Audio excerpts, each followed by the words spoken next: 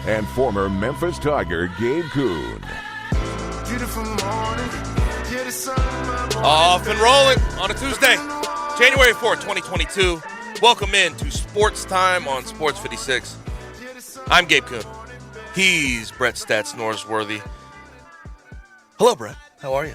Happy afternoon. Happy second work day of this new year. Yesterday I can't believe we didn't break into I'm dreaming of a white January 3rd and 4th. You know, I broke down my Christmas tree last night. Probably a little late for normal standards. A little sad. Yeah. I told you yesterday it makes me sad. Producing the program is Go Tigers 247 writer Bryant Dacus. Bryant, hello. Hey, it's game day. Yeah. Yes, sure sir. is. Double game day. Yeah. And Sports Time on Sports 56 with Gabe and Stats, always brought to you by Lexus of Memphis, the one and only Lexus dealership in Memphis. And we're always live from the Family Leisure Studios in Memphis, Tennessee. You said it's game day. We have a lot to get to today in regards to basketball around the area. Grizzlies keep on rolling. Ja's doing things that should be terrifying for the rest of the NBA. Grizz get a shorthanded win, 118-104 in Brooklyn against the Nets. Unbelievable. Tigers are back in action tonight versus Penny's arch nemesis, Frank Haith. I had to ask Brian, can I call him the arch nemesis? I think that's fair. He's 1-4 versus Frank Haith in Tulsa, but it will be a late tip, 8 o'clock on ESPNU. We will talk about that. Dave Voloshin will come on at 3:30 to discuss that as well. Week 17 of the NFL season wrapped up with what could be Big Ben's last home game at Heinz. It ended in a Steelers win as they keep their playoff hopes alive. Also, we have a bowl game tonight, Texas Bowl, 8 o'clock, LSU, Kansas State. Definitely a misplaced bowl game, though. A little uncomfortable for me. Rundown as far as today is concerned, top and not top in this segment. Bottom of the hour, Dave Voloshin, voice of the Tigers, joins us. We'll get to our Tiger bankroll right there after. Tigers 13.5-point favorites at home tonight versus Tulsa. 4 o'clock, Brent Beard joins us, as is customary on a Tuesday, talking college football. 5 o'clock, Beau Marchant talks to us and talks some NFL as we wrap up Week 17. 5:45, we get out with Taco Bell. Crunch Time Autos on Listen line 901-360-8255. You can also watch us live and message us on Twitter, YouTube, Facebook, Twitch, and at sports56whbq.com. What's happening today, Brett? When did you take down your Christmas tree, by the way? Were you right? The 26th. You're right after? Yeah. Okay. Yeah, I go up really, really, really early. I'm going to say I had everything in place. Well, I know it was before Thanksgiving week, before Egg Bowl, Iron Bowl week, because I knew I'd be really, really busy that week. I had everything up by the 20th at the latest. Really enjoy it, but I mean the timing of it. About 7 o'clock on the 25th, I can't hear another strain of White Christmas or any of it, even my favorites. You know what? And on the morning of the 26th, it's got to come down. I can't look at it another day. Right. I love it for when it's up. But the good Lord knew what He was doing with the timing of it. I'm tired of it by that point. Isn't it always a depressing day taking it down, though? No matter when you take it down. I know I was late to it, but it is always relatively depressing to think the holidays are over. But fun, another year, and you look forward to the next year. I told you yesterday, the abandoned Christmas trees out by the curb, waiting for them to be destroyed, done away with. Those make me a little sad because they're such the centerpiece of so much fun for a 20 to 30 day run, and then just discarded. Mm-hmm. We've used you all we need, and to heck with you. Yeah. I go fake Christmas tree. It's the way to go. I am too, because I was always allergic to the real stuff, and a lot of people are, and that always people don't know about it. They don't, and that sets off stuff this time of year. But we've got more than just that this time of year. Last night in Brooklyn, wasn't that fun? And wasn't it fun to hear Rob Fisher doing the game last night for the Grizzlies? Very sad to miss Pete Pranica, and he will be fine. It's one thing out there right now that is really starting to bother me when I see somebody that is positive for COVID, Omicron, whatever it is, Delta, but they're positive for the test. And they tweet, hey, I'm going to have to miss tonight's assignment. I'm going to have to miss work. I'm going to have to be away, work from home a few days. I've tested positive. I'm fine. There's nothing wrong. They can't make it clear they're fine. And then all the replies, I mean, like they're sitting there in intensive care with 4th-degree liver cancer and get well soon. I'll say this, Brett. If someone Nobody's sick. If someone is moved enough to say they've tested positive and everything else, I think prayers. I mean, the prayers are in order, I guess. So if if they are moved enough to post it online. But when they say clearly, I'm fine, there's no symptoms, I've just tested positive, and you get some of the replies back like there's been a busload of kindergartners killed. I mean, come on now. But I did like last night one of the responses to Rob Fisher last night from Joe Buck, that Joe Buck. And Rob and Joe Buck are very tight, St. Louis buds. Joe Buck tweeted, "Go get them tonight at the Fish Nation. It's going to be great. Have fun and be you." All caps, double exclamation on you. Remember, if they make one from beyond the arc, it counts for 3. And just very kind to send that to Rob, and Rob did crush it. Can't wait for Pete's return. We've got an excellent crew. Everybody knows that. That Grizzlies crew, home and road, much beloved. They do a great job bringing the Grizzlies action home to us. And did you hear? And I was listening late in the game to see if Rob would go hammer nail like Pete does, hammer nail coffin like Pete does. And he didn't. Did you hear the tribute, though, Gabe? No, I didn't. When it was winding down. I didn't get to. What do you think a St. Louis boy would say? What'd he say? That's a winner. How about it? Went Jack Buck. It was a winner. Great, too. That's a winner. It's crazy to think the Grizzlies. I mean, missing broadcast. Hasseltine had to do it from his house. For the radio They're all network. Strung out everywhere. Yeah. Mike Wallace, of course, doing color for Rob, and I don't know. I think they were doing a remote broadcast as well. They were. Out of abundance of caution, they've been taken off the road for the time being. And then you think about the Grizzlies and themselves: Kyle Anderson, Dylan Brooks, John Conchar, DeAnthony Melton, Xavier Tillman, all out because of COVID-19. And to see what they did last night in the fashion they did it, it's ridiculous what they're doing. Put it on them. I mean, I don't even know what to say anymore about John Morant and everything else. Really kind of toyed with Brooklyn. And I saw today Kendrick Perkins say that he thinks right this second John Morant is the MVP of the NBA. Well, Big Kendrick Perkins he's been bullish on the Grizzlies all year, very bullish on John Morant and Taylor Jenkins, and he thinks it's a team that could pull an upset come postseason. That postseason's a lifetime from now. I mean, we're gonna change time again before we get to NBA postseason. So it's a long time away, but what the Grizzlies have developed and are developing is fun to watch. It looks like it has staying power. It doesn't look like it's going anywhere anytime soon. The defense has been up since Ja got back in the lineup, and you're missing DeAnthony Melton and Dylan Brooks, which are your defensive stoppers. And they just continue to do it. 5th straight win, 13-4 since the beginning of December, Brett. I didn't think any point during this season we were going to be on this type of stretch. And you look at like preseason, or off season trading away Jonas Valanciunas. People say, okay, well maybe you're giving up a little bit in the short term to gain long term. You're gaining short term too. Mm-hmm. And it's I am amazed with where they are right now. Our guest at 3:30, the voice of the Memphis Tigers, Dave Woloshin. I know last week he did his end of 2020, and you did as well. We did as well. I was away, but he had his sports person of the year locally, Zach Kleiman. That's fair. That's smart. That's very fair. When Dave told me that in New Orleans, I said, man, you had your thinking cap on. That's good stuff.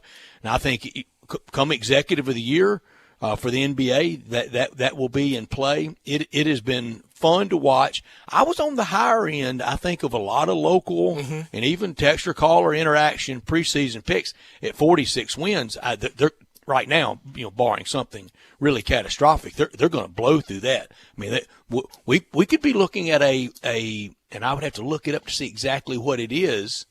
I think it's 50 or 51.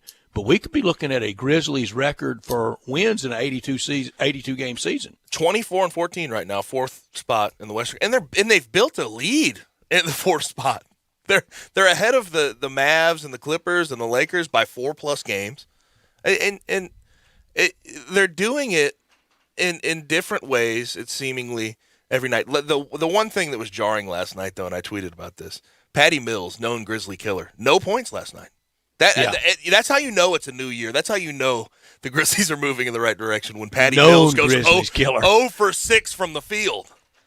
Well, Gabe, all right, let's extrapolate it to baseball. Baseball's 162 games, NBA 82, about half. So 24 and 14. If this was baseball, would be right around July 1st or so. Mm-hmm. Grizzlies 10 over 500. Baseball, if you're 20 over 500 around July 1, you got it on cruise. Yep. And they're right now. You would also think, like, at some point with the Grizzlies, they're gonna come across this stretch of schedule that's just so hard to overcome. They're 14-7 versus teams over 500. They've beat the top 3 teams in the Western Conference going away. They just beat the Nets. They've beaten the Lakers. You could talk about them hitting some rough patch of schedule, but they've shown that they can push through rough patches of schedule. Yeah, got a 4-game roadie here in about 10 days, 12 days or so, with going to Milwaukee, Denver, Dallas, and San Antonio. That could be tough. That could be a 1-3. Then after that, a 2-gamer. The next one after that's a 3-gamer, another 3-gamer. I mean, there's only after that 4-gamer in January, there's only one more 4-gamer all year, and that's in March to Oklahoma City, Indiana, Atlanta, and Houston. Uh-huh. So I want to revisit more Grizzlies in the second hour around 4:30. But how high do you think that third quarter that Ja Morant, 7 for 11 from the field, 18 points, how high? And he had the poster basically over James Johnson there in that third quarter. That was one of the best, and I know we've seen a lot of good quarters of basketball from Ja Morant. That might have been one of the best I've seen in a Grizzlies uniform, though.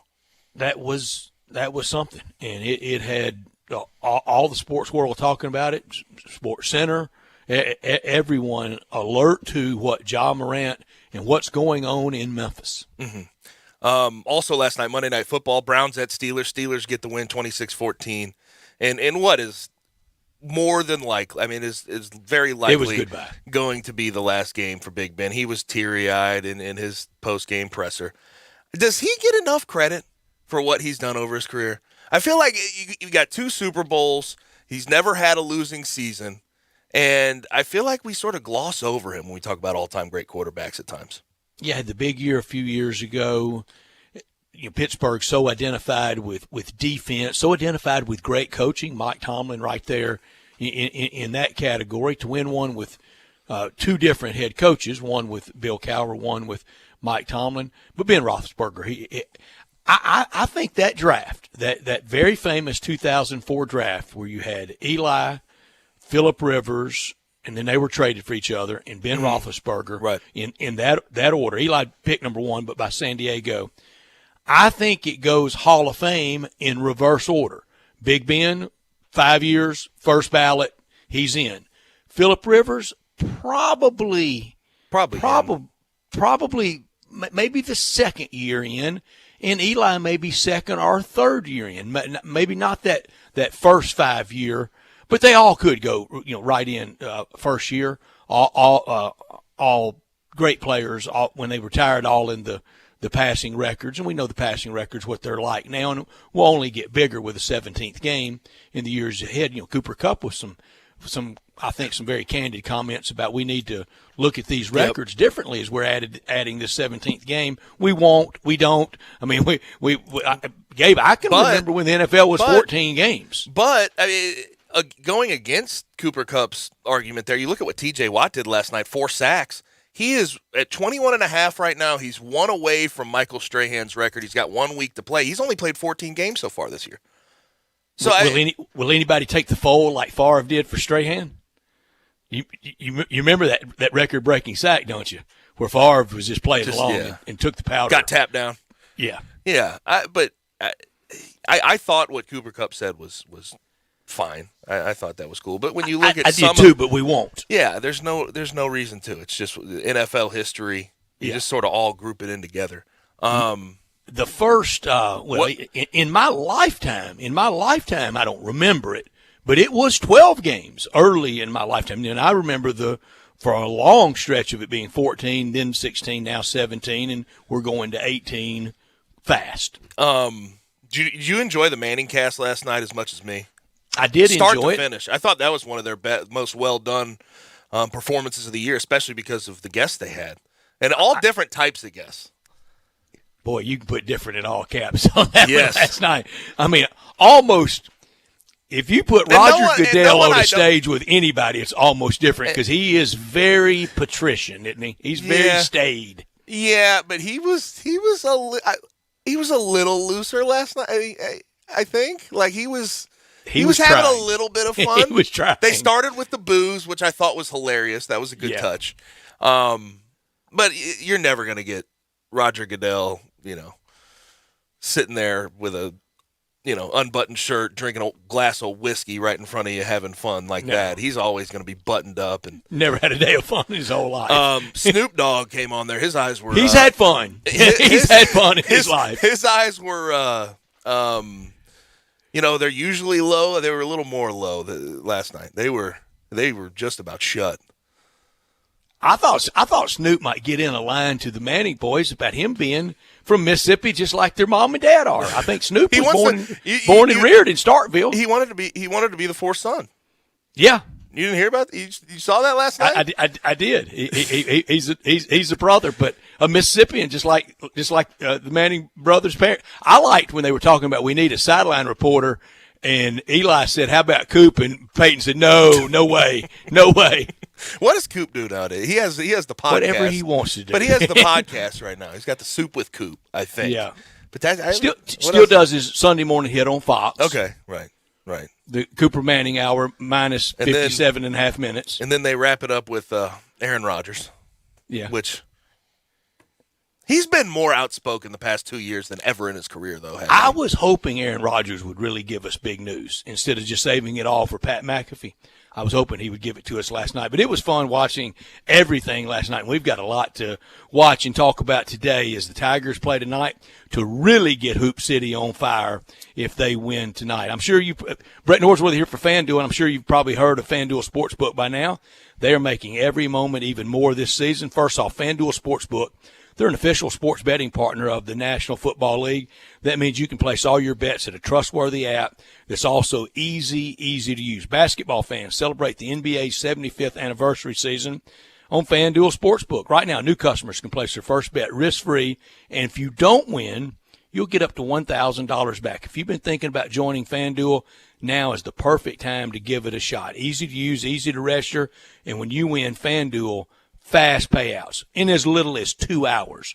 Live betting, easy to place a bet fast during a game if you see a trend developing that you want a piece of the action on. There's no better place to bet on the NBA than FanDuel. Already have a FanDuel Sportsbook account. FanDuel's hooking up all customers with $50 when you refer a friend, plus your friend will get $50. See for yourself why FanDuel is America's #1 sportsbook. Use promo code CASH to get your first bet risk-free up to $1,000 and make every moment more this NBA season. That's promo code CASH. Must be 21 or older and present in Tennessee. First online real money wager only. Refund issued as non-withdrawable site credit that expires in 14 days. Restrictions do apply. See terms at sportsbook.fanduel.com. Gambling problem?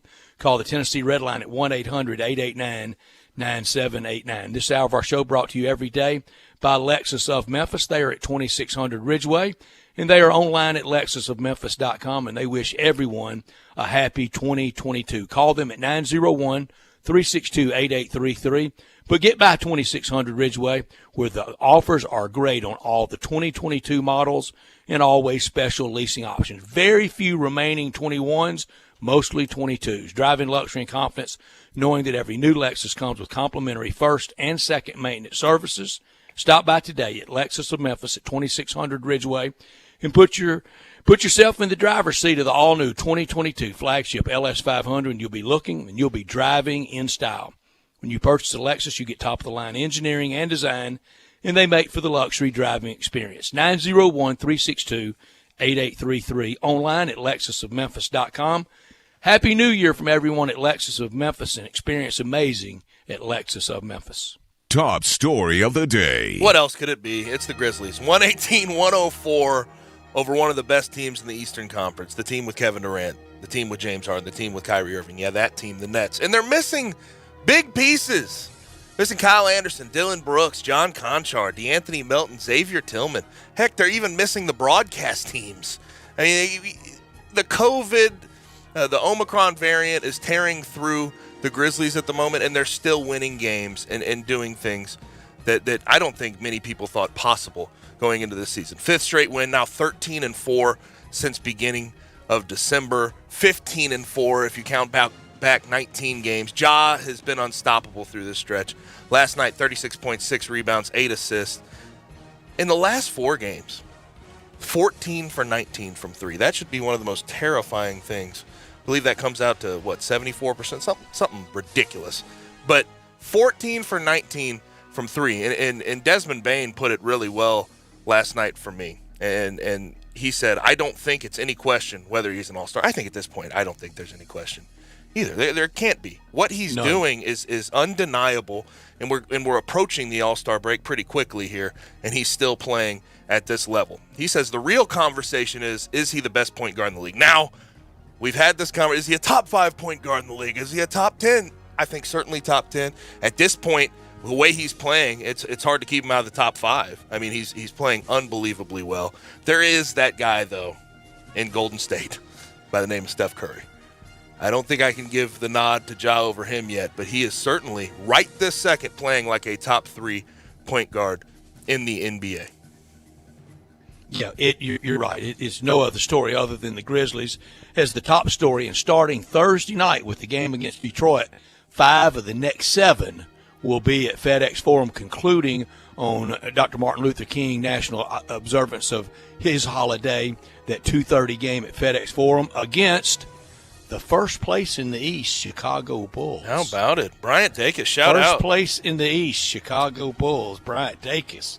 My top story, Grizzlies could not be hotter. They blast Brooklyn in Brooklyn for win number 24, now 10 over 500 in Cleveland tonight versus J.B. Bickerstaff and the very improved 21-16 Cavaliers.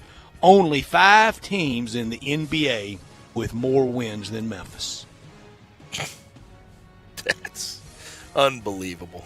Should I repeat that? Yeah, please repeat On that. January 4th, 2022, only 5 teams in the entire association with more wins than the Memphis Grizzlies. Not top story of the day. That's jarring. That's crazy to think about. And to think about the conversations had before the season about them possibly taking a step back without JV in the lineup. Wow. That seems dumb at this point in the season. Now, my not top story of the day. It could be the MLB through this lockout every single day. But what the MLB is doing sort of on the side is gross to me. Last night, they let go of one of their analysts, who obviously has other jobs, holds other jobs. But MLB Network lets go of Ken Rosenthal after 13 years with the network.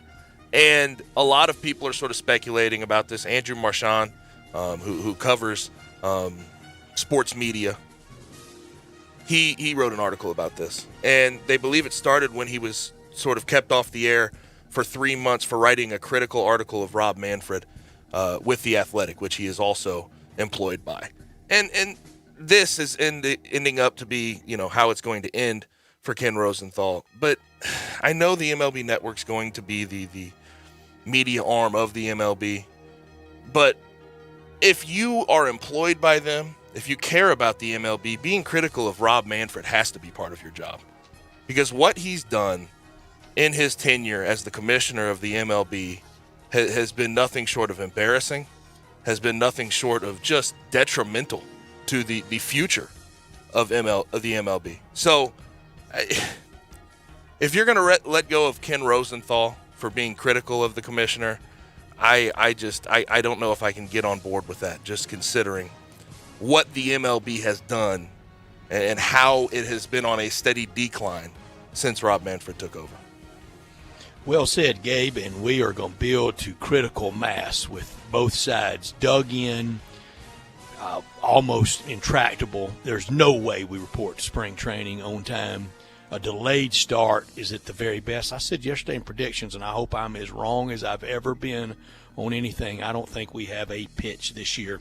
I think there are a lot of owners that want that, and Manfred knows that, and you could have had a Manchurian-type candidate in at Park Avenue in the offices of Commissioner of Baseball to try to destroy baseball, and they couldn't have done it more methodically and systematically than Rob Manfred's done. And if you don't want Ken Rosenthal to be critical of you, Rob Manfred, do something right for once.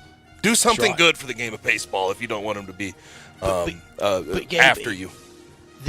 Don't you think Rob Manfred's personality is exactly what we fear and what we think we know? I bet he's a really petty, small, petulant, indignant person. Seems like he that. certainly appears to be that way. Certainly seems like he's that. operated that way. Not top story. At FedEx Forum tonight, it'll be a top story if they go out and put it on TU, put it on the Golden Hurricane. But the Tigers, they play their first home game in 3 weeks. It was 3 weeks ago tonight that Memphis really restarted their season with the defeat of mighty Alabama. Since then, an ugly loss at Tulane, and I think the win of the year to date over Wichita State last Saturday.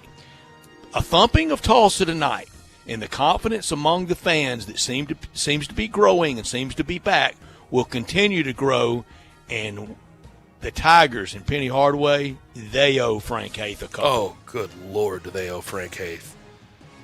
Penny, most certainly, that 40-point loss, they've lost 3 straight. They're 1-4 head-to-head in the Penny Hardaway era against Frank Haith. They owe this one.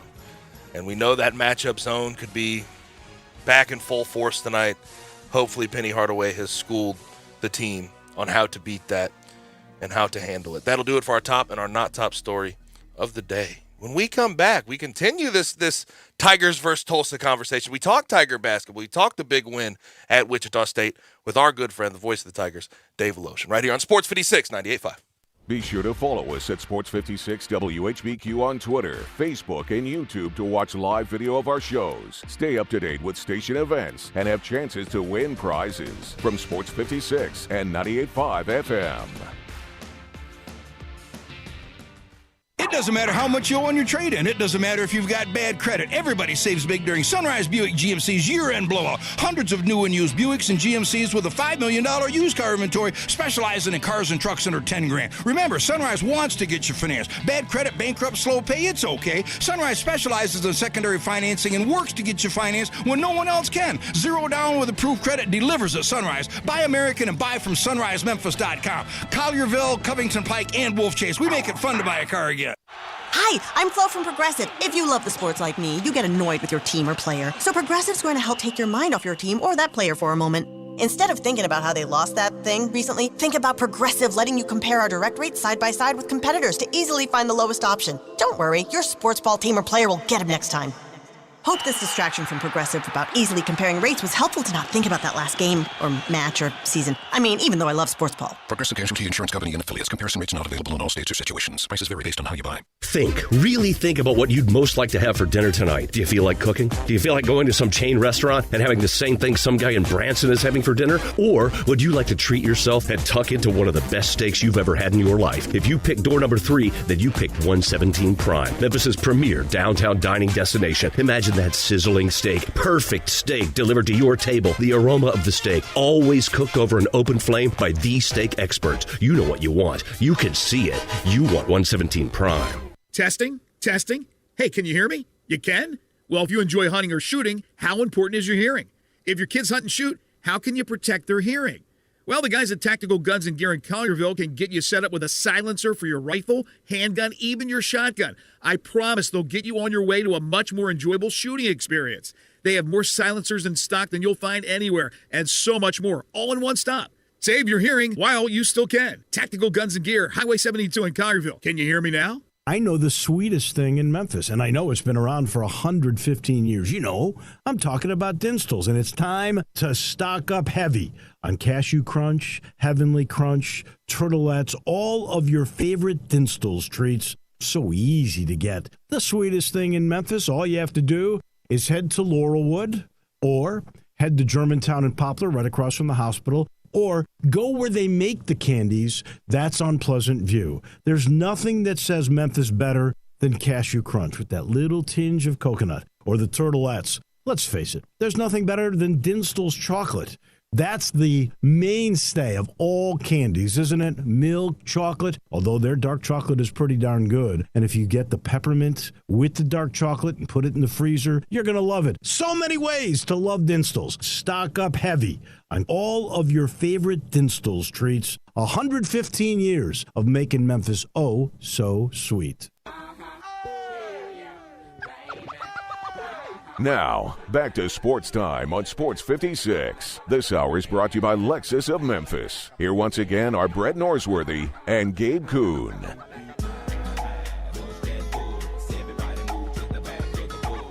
Back in and rolling on Sports Time on Sports 56 with Gabe and Stats. Brian Dacus, of course, producing the program. AutoZone listener line, 901-360-8255. Get in the zone, AutoZone. Questions, comments, concerns, go there. Also, message us on Twitter, Facebook, YouTube, Twitch, and at sports56whbq.com. Well, the Tigers have a test tonight at home versus Tulsa. We bring in our good friend, voice of the Tigers, Dave Wolosh. You can also hear him 10 to 11 on Wolo and Friends. Dave, how's it going? Good. How are you guys? You through holidaying? Poor Stats has to go back to work. Did you have like a month or was it 2 months off that you had? Boy, I love the vacation lecture from Dave Wolosh. That is something. Dave, how are you? Happy New Year. Last time I saw you was in New Orleans before the disaster at Tulane. But, yeah. Dave, I said yesterday, I swear, I thought I saw the Tigers. I thought I saw something about them in that loss. And then, look, what happened Saturday morning at Wichita State. And I think they're about to get on a torrid stretch. Do you? Do you sense that, or are we just hoping? I do. No, I think, and, you know, you can call me a homer for this, and it's okay. But I really believe that COVID cancellation in Nashville was another one of those things where mentally and physically, and Penny Hardaway said it. I had a chance to talk to Penny twice yesterday, once taping his TV show, and then Jeff Brightwell was under the weather. So I went and did the radio show at Brookhaven, if you don't mind me giving them a little plug. I like Rick Spell, and he's the owner. So anyway, you know, Penny was talking about the physical aspect of coming back from COVID, and he basically said to him, it was a lot like getting acclimated to the altitude in Dallas or in Denver, excuse me. So, you know, that's part of it. It's not just a mental thing. There's a physical comeback that you have to make that Memphis hadn't quite made. And let's be honest, we were missing, Memphis was, two key players inside, plus arguably their third best player, who's still not around and wasn't a part of the win at Wichita State. But I think the COVID pause, losing those two guys, that was a disastrous recipe, and losing to a 215 net team. And I know they didn't look all that good in Fogelman Arena down in New Orleans, but the way they came back, and he's found something now with this big lineup. Right. He's going to go big the rest of the way. Timberlake, who, by the way, has a positive ratio, is a good rebounder. He's a good defender. What he did to Tyson Etienne, the preseason conference player of the year, was pretty darn good. I mean, he stopped Kim cold. He was totally frustrated. And, you know, Memphis did the same thing last year. They started 6-5. They beat the heck out of Wichita State at home, and then they went off on a nice tear. And I got a feeling, Brett, you're right. I think that's about to happen. What did you think of Earl Timberlake getting the most minutes there, sort of as the primary ball handler? Surprised, but happy, because I wasn't sure Earl was going to be quick enough. And now I know that when I was making those judgments early, he was not fit yet. He hadn't played true competitive basketball for a couple of years, because remember, he was a really good high school player. They said he was going to be a lottery pick when he went to Miami. He's played against great competition in the AAU and in high school in the D.C. area. So when you're making your rep against that kind of competition, there has to be something there. Mm-hmm. Well, they misdiagnosed the guy, and don't forget, it's only 2-3 months now that he had neck surgery. Right. So he's just finally starting to get his legs underneath him. he's, as I said, a great rebounder and a great defender. I wasn't sure he could handle the ball, but now if you look, and remember early on he was a negative ratio. I don't know what his total is like the last 3 or 4 games. Like I know Nolly, the last 3 games has 14 assists. But if you look at the overall numbers now of Timberlake, he's got 27 assists and 20 turnovers. I'm going to tell you the last 3 or 4 games, that's way up on the positive side. Yeah. Dave, 12 games in, who has to be really good every night for the Tigers the rest of the way? DeAndre Williams. Mm-hmm. DeAndre Williams, he's the heart and soul of this team. You realize once he got eligible last year, the Tigers are 23-9 with him in the lineup. And he means an awful lot. He's a leader. He's vocal. I mean, he's really vocal. And I learned last night about, his journey. His journey has been tough. At Houston, they told him to go get homeschooled. He went and got homeschooled. The coach and his family had a disagreement. So he sort of was abandoned at a game, and then he was going to go to another school. Well, the homeschool credits didn't transfer over, so he had to take night courses online and work to get through high school. Then he went to a prep school because he still had to get some more. Then he finally gets to Evansville, and that coach he loves until McCarty had his issues. Then the new coach comes in. He can't get along with anybody. He comes here, and he can't get a release from Evansville. I mean, this poor guy has learned the lesson of patience because he's really gotten the raw deal almost everywhere he's gone. But when he's out there, and he's older than everybody, he's 25. I thought he was 26, but he clarified last night on the air. He's 25. He's a experienced 25. He loves these young guys, and he wants to be the leader, and they've accepted him now as the leader. So he's got to be on the floor for a lot of reasons. One, he's their leading scorer and their second leading rebounder, when it comes to on floor. But off floor, he's now their rock and their steady guy. Mm-hmm.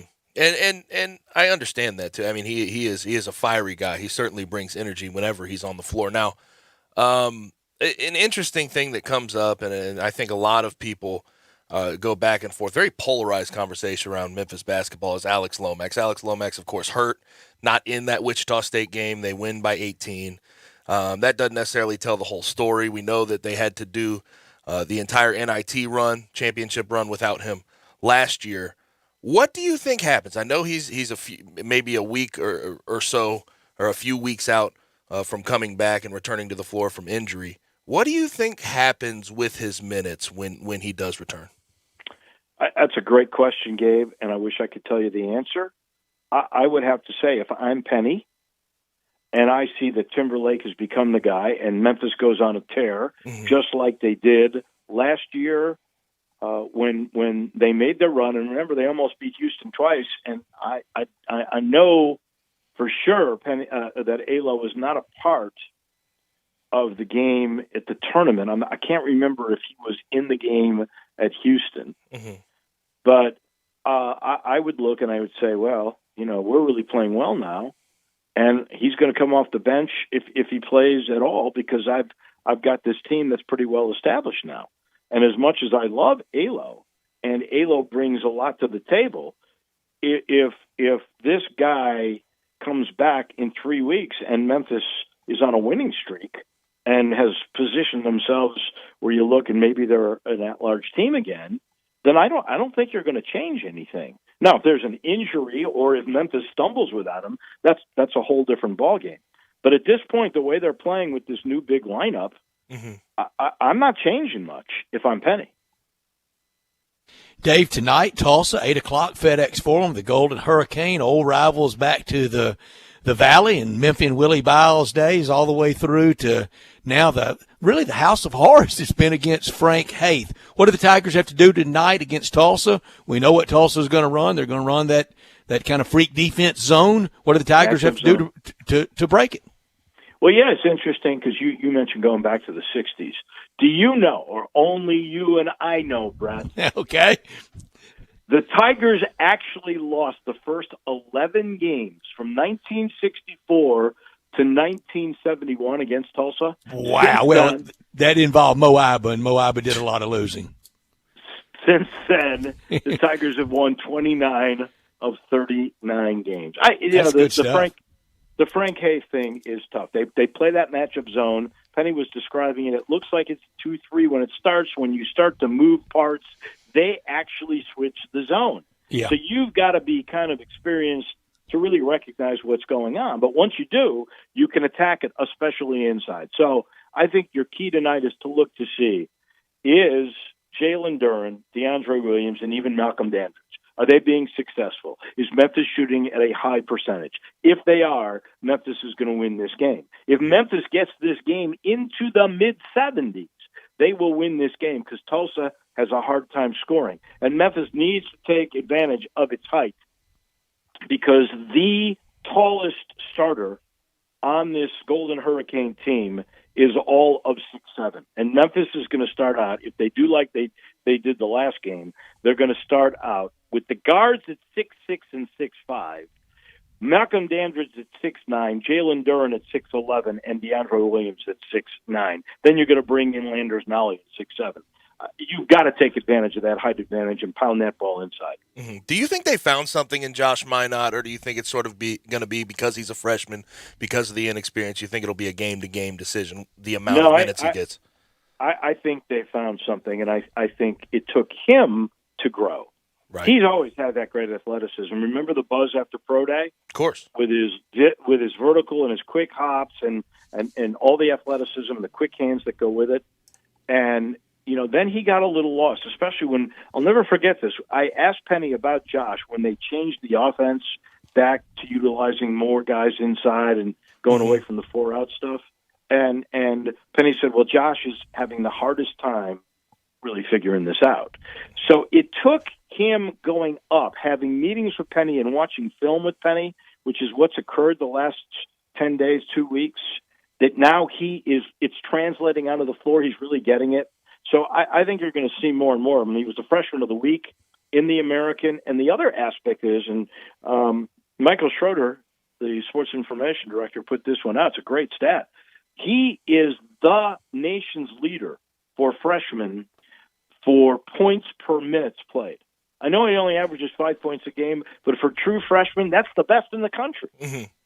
And he's an energy guy too. I mean, similar to DeAndre Williams, you bring him off the bench. He has a knack for being around the ball, getting rebounds, finding his way to the rim. Real quick before we let you go, last time we talked, you were I'm not kind of hinting at between February 12th when the Tigers play Houston and February 20th when the Tigers play SMU, they possibly could try to schedule a game within there.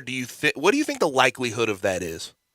Well, I'm going to give you another time slot, too, that could be used. The end of January, there is I guess it's January 27th to February 3rd. Which is a Thursday, to Feb 3rd, which is a Thursday. Mm-hmm. So there's a weekend slot there, and then that 8-day, Feb 12 to Feb 20, that you can make that up. And I asked Penny several times. He really wants to make that up. He goes, the better we play, the harder it is to find an opponent that will play us. I mentioned, and I said it on the air at a show, I mentioned, there's a guy named John Calipari who came out last week and said, because he's looking for games, we'll play anybody, any place, anytime. Let's do it. I'd How about call him. I have his phone number. I would too. Give it to Rodney Hamilton. I'd call him, and I'd say, you want to play it in Nashville? Because, that's what Cal loves to do. He wants to play on neutrals. Play that game, if you can, at Bridgestone. Do you imagine? That'd be electric. What kind of atmosphere that would be? That'd be unbelievable. That would be straight Make up it happen, electric. Dave. Make it happen. Absolutely. Hey, you send out a text. You send out that text. Maybe you can get this thing rolling. You be the broker, Dave. I'll call Chris Willard because I think he's still involved with it. He is the voice of the Tigers, Dave Loesch. You can also hear him from 10 to 11 on Wallow and Friends. Dave, always appreciate it, man. Have a good call. My pleasure. Staff, this is your reminder for tomorrow. 10:30, buddy. Can't wait. I'll be there with bells on. You knock them out tonight. Thank you. All right. Thanks, you. Dave. Bye-bye. You got it. Dave Woloshin, the voice of the Tigers, calling all the action tonight. And look, with that 8 o'clock tip time, if you want to go to either commissary before the game, you have plenty of time to do so. Get home from work, get settled in, get ready to go to the game, and go to the new Collierville commissary at Houston, Levy, and Poplar, or the original in Germantown. If you can't do that, you got all kind of time to pick it up and bring it back to the house to listen to Dave, to watch the game tonight with that great commissary barbecue in front of you. Load up on all the appetizers for your own game watching party tonight. Start that feast with some appetizers like the cheese plate or the tamales or the barbecue nachos that were invented at the Germantown commissary in the early 80s. If you're craving an easier way to order, you can do it by texting commissary to 33733. Dive into the ribs or the shoulder, all that great Memphis-style barbecue, slow, delicious and authentic Memphis-style great food with all the fixings, beans, slaw, deviled eggs, bread as well. Don't forget the party pack, 6-pack, 8-pack, 12-pack, and save room for dessert with the lemon icebox pie, my favorite, best I've ever had, and the terrific banana pudding. 901-754-5540. or online at commissarybarbecue.com. Just walk in and scream, "Go Tigers, go," to Walker Taylor and his staff and see how they respond at either commissary, the new Collierville commissary at Houston, Levy, and Poplar, or the original in Germantown. When we come back, we continue this conversation. Tigers versus Tulsa tonight. Tigers at home, 7-5 versus 6-6. Tigers are 13.5-point favorites. We'll get to our Tiger bankroll as well right here on Sports 56 98.5. The all-new Sports 56 Mornings with Greg Gaston and Eli Savoy. Brought to you by Action 24/7, James Gaddis Jewelers, and Acura of Memphis. Weekday mornings from 7 to 10 right here on Sports 56 and 98.5 FM. Brian Elder's Roofing Solutions. I'm Brian Elder, 867-0303. Hurricane season is upon us. Is your roof ready? Are your shingles laying down and sealed properly? Call me right now, 867-0303. They say you get what you pay for. That's why my opinion is free. Maybe you've got years of life left in your roof. If so, I'll tell you that. But if I find storm damage or a compromised roof system, I'll lay out some options for you. Don't let them tell you it needs to be replaced if it only needs a repair. Call me, 867-0303. Has your insurance company already seen it and rejected your claim? Maybe they're correct. Most of the time, they're not. They do tend to become more reasonable once I get involved, though. 867-0303. I'll measure your roof from outer space or BrianElderRoofing.com. Call 867-0303. Brian Elder's Roofing Solutions. Referring a friend on FanDuel Sportsbook could be your ticket to Super Bowl 56. When you refer a friend on FanDuel Sportsbook, you'll be entered for a chance to win an all-expenses-paid trip to Super Bowl 56 for two. Share your exclusive referral link from the Sportsbook app. Once your friend places any bet of $10 or more, you'll both get $50 and you will be entered into the Super Bowl sweepstakes. New to FanDuel? Sign up with promo code CASH to get your first bet risk-free up to $1,000. Must be 21 and older and present in Tennessee. Referred players must wager $10 or more within 28 days after signing up. Bonus issued is site credit and is non-withdrawable and expires after 7 days. Restrictions apply. See terms at sportsbook.fanduel.com. No purchase necessary for the Super Bowl ticket promotion. Super Bowl promotion closes on January 9th, 2022. Gambling problem? Call the Tennessee Red Line at 1-800-889-9789. It's free furnace time. Hi, this is John Conway with Conway Services. Are you considering replacing your air conditioning system this spring? January is our slowest month of the year. Our warehouse is full and our crews are slow. So to spark business during these cold winter months, Conway Services is giving away Carrier 80% gas furnaces absolutely free with the purchase of a standard Carrier air conditioning system. That's right, purchase a Carrier air conditioning system in the month of January and get a gas furnace absolutely free. If that's not enough, we'll include an April air cleaner, a 10-year parts warranty, and a free Nest thermostat. That's up to $2,000 in savings. Plus, get your new system for as low as $139 per month or 12 months interest free. Now, you can do that. And you know with Conway Services, you'll be receiving our award-winning service every time. And the first 30 callers with a 10-year-old air conditioning system will come out and inspect it absolutely free. Call 384-3511. Conway Services. Call Conway today.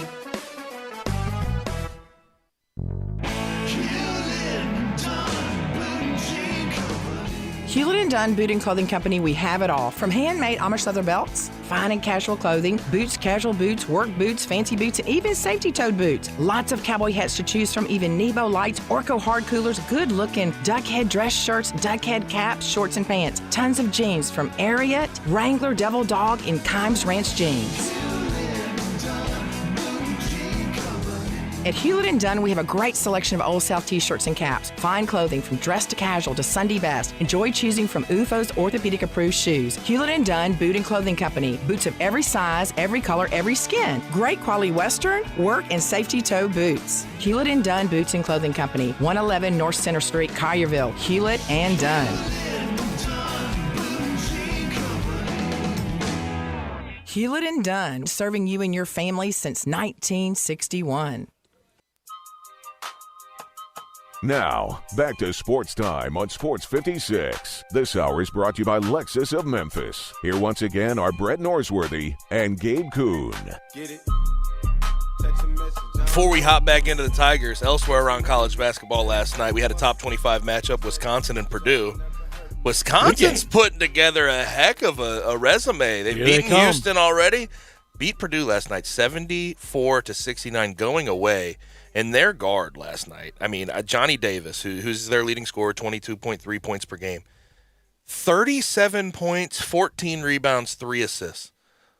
He was thinking dominant. And you nailed it in your reply yesterday. I said first to 63 wins. You said no, they've got a lot more offense than that. Heck, Johnny Davis almost had that himself. It's impressive.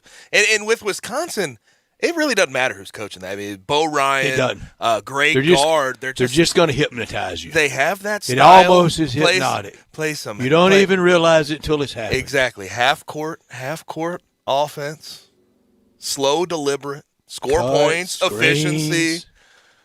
Kind of ugly. Pace, very, very slow. Pace is very slow. Whole lot ugly. Because Purdue, for the most part, has tried to – I mean, they can get out in transition and move, especially with Jaden Ivey, who's a stud, too. Didn't have a great night last night, but they can get out in transition, and Wisconsin just, against whoever they're playing, finds a way to just put you to sleep.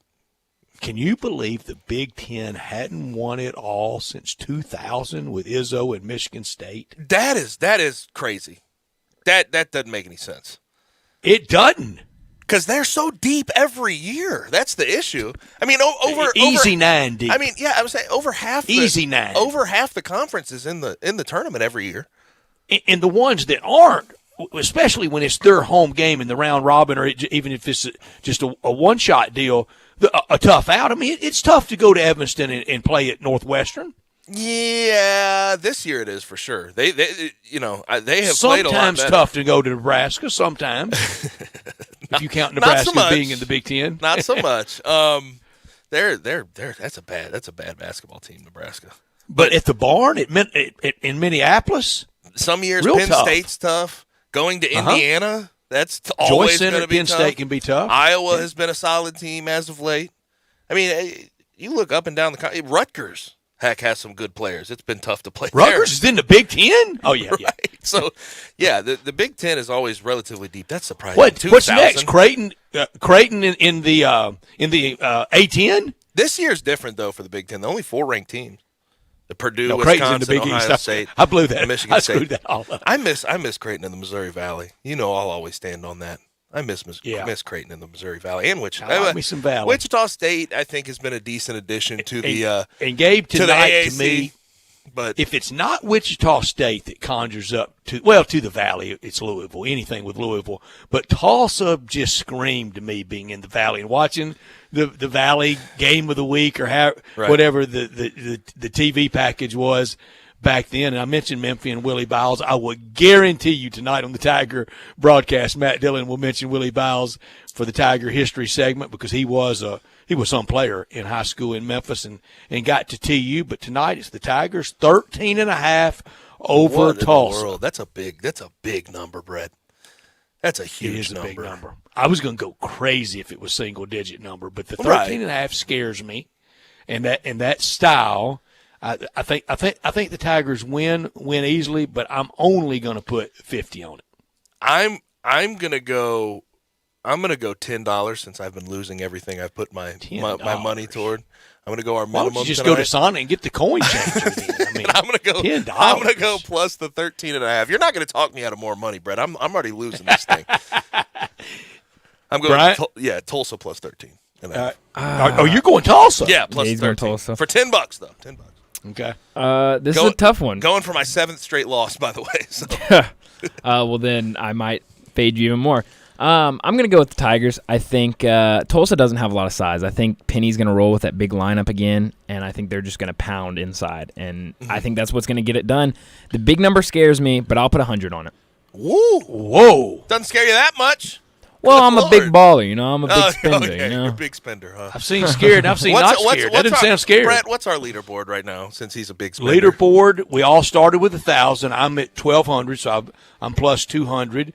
Gabe, you're minus 300 at 700, and Bryant's minus 350 at 650. And you're the big spender, huh? Well, obviously, I've lost the most money. I guess so.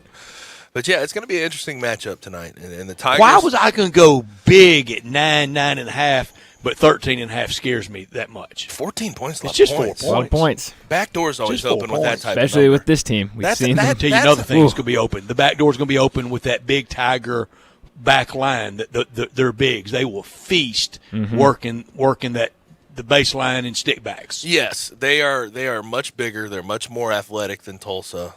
But Tulsa and Frank Haith, they've had Penny's number. Again, Penny has lost 3 straight against Frank Haith. He's 1-4 head-to-head, and we remember that 40-point loss. That 40-point loss is just burnt in Tigers fans' memory. It stays with us. Yeah, and that matchup zone really got to them that night especially. Hopefully they've learned from that, and they can get past that. That'll do it for hour number 1 of our show. Hour number 2 is going to be a big one. On the other side, we're going to have Brent Beard talk some college football. 4:30, we get back to some Grizzlies basketball. Just beat Brooklyn, play Cleveland tonight in Cleveland. And then at 4:45, we make a pick on the Texas Bowl, the most misplaced bowl there is, Kansas State versus LSU. We'll be right back right here on Real Sports Talk, Sports 56, 98.5.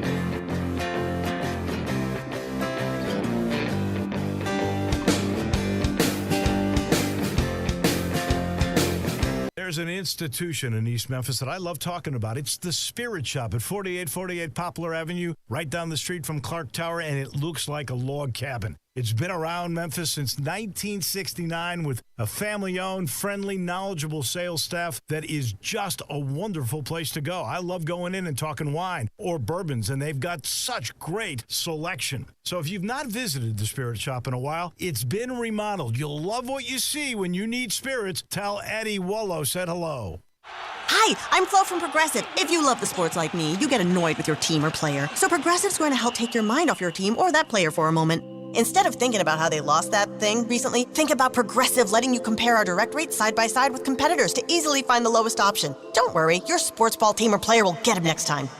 Hope this distraction from Progressive about easily comparing rates was helpful to not think about that last game or match or season. I mean, even though I love sports ball. Progressive Casualty Insurance Company and affiliates. Comparison rates not available in all states or situations. Prices vary based on how you buy. Is your bank standing in the way of you and your sports book? Try Action 24/7. We're cutting out the middleman. Deposit or withdrawal in cash. No more bank delays or failures. Action 24/7 has more than 100 partners in Tennessee for cash deposits and withdrawals. Visit action247.com for a location. Cash deposits and withdrawals from your Tennessee sportsbook. Action247.com. You got action. Must be 21 or older and in Tennessee. For problem gambling support, call 800-889-9789. Listen Sundays at 11 a.m. to join Idlewild Presbyterian Church for worship. Idlewild is a PCUSA church located in Midtown Memphis. I'm here with the great Pat Donahue from the Rendezvous Restaurant Shipping Department. Thanks, Brett. We've been shipping our ribs all over the country now for decades from our USDA-inspected shipping kitchen in the Pinch District. We hand-cook our ribs in pits that Mr. Charlie built over charcoal, just like they do at the restaurant. So what comes in a rib box? We could do pork shoulder, we could do ribs, our sauce, seasoning, baked beans, coleslaw. We'll even throw in Pancho's cheese dip with our nacho boxes. We also put a bag of Rendezvous seasoned popcorn, heating instructions, some chef hats, some wet naps, and some other helpful tips from our kitchen. We ship our ribs overnight. exclusively FedEx. When we put them in nice packaging, we don't ever want to use styrofoam, so we use corrugated cardboard, actually 2 boxes that fit nice together, so the ribs get to you, your loved ones, or your clients in a safe, wholesome manner. Rendezvous ribs are perfect for out-of-town clients, customers, loved ones. We also ship ribs for any occasion. Where do we order these great ribs? You can go to www.hogsfly.com or give us a call at 1-888-464-7359. Charlie Burgos' Rendezvous Restaurant in the alley since 1948. Hi, I'm Danica Patrick and proud aunt. Watching my nieces grow, play, and learn is amazing. But not every child gets to be carefree. 1 in 6 kids in the U.S. are hungry. 1 in 6. That little girl sitting alone at the playground, she can't play like the other kids. She doesn't have the energy because she's hungry. School lunch will be her only meal today. It breaks my heart that this is the reality in our country, but it's something that Feeding America is working to change. Each year, the Feeding America network of food banks rescues billions of pounds of good food that would have gone to waste.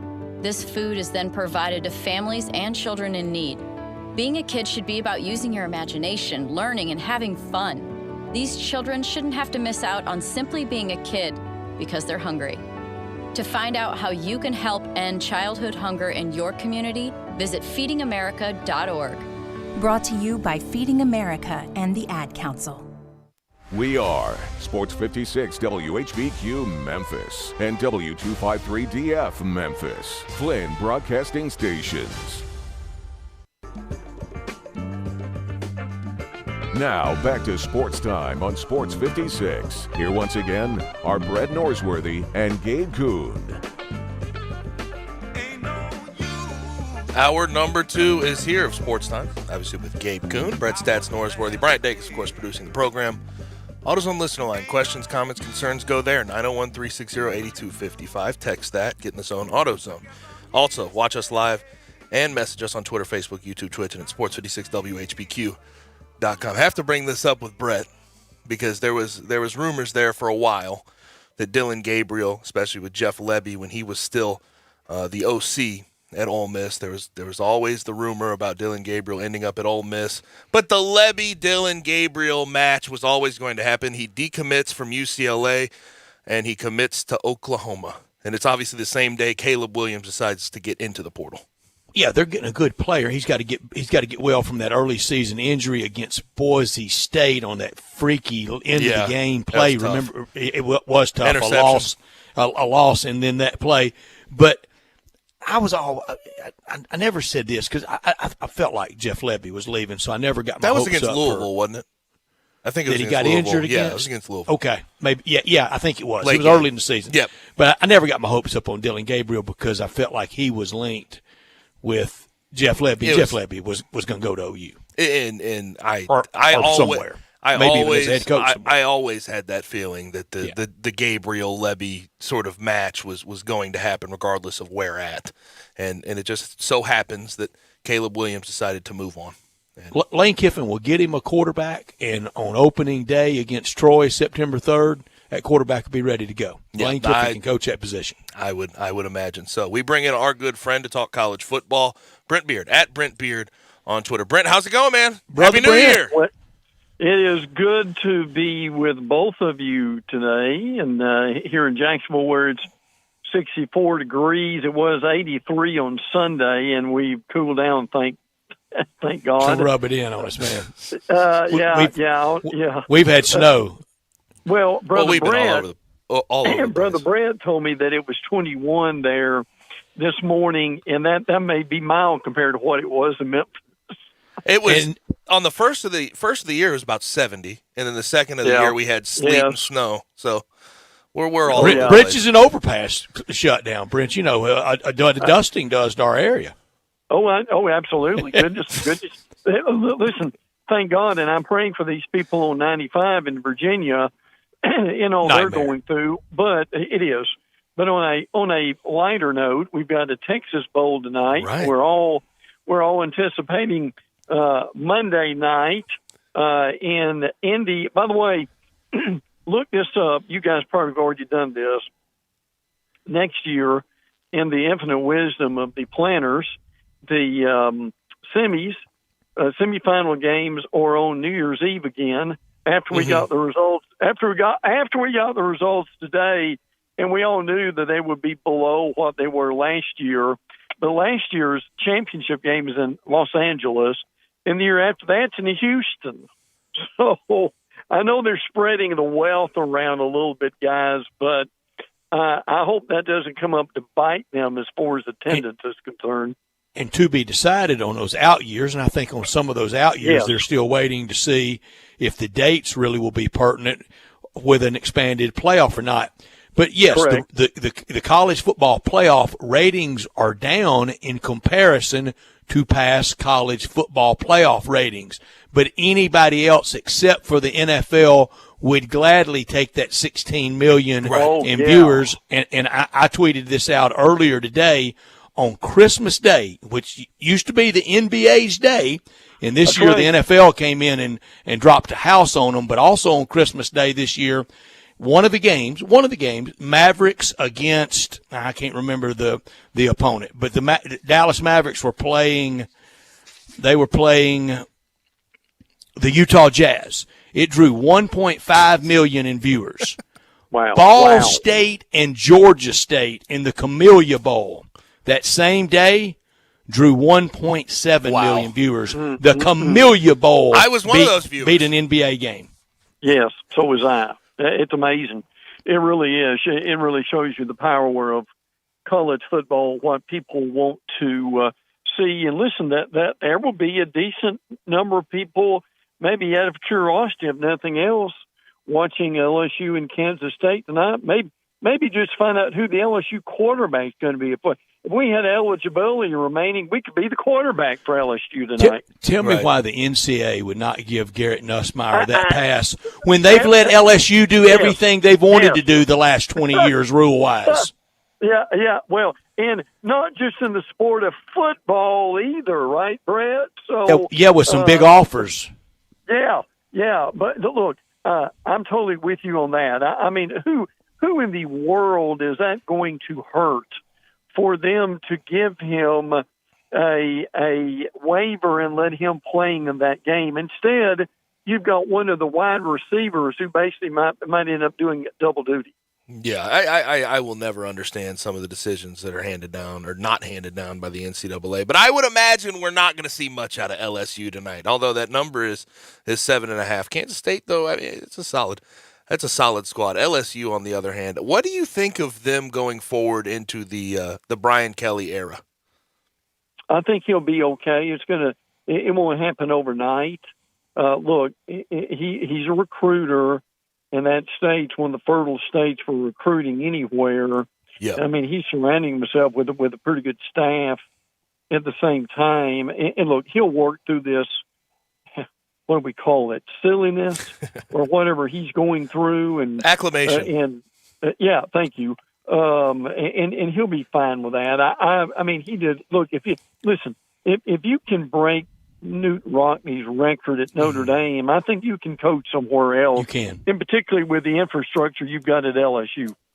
Brent, the annual complaint, diatribe by some about the bowl games, it almost splits my head in two. But my favorite, when I say favorite, I'm meaning least favorite, is when some of the more Big Ten Northern partisanships say the only reason, or a big reason, not the only reason, a big reason that the Southern prone teams, ACC, Big 12 even, SEC predominantly, the only reason they win the bowl games is they're played in their backyard in sunshiny, warm weather and in domes.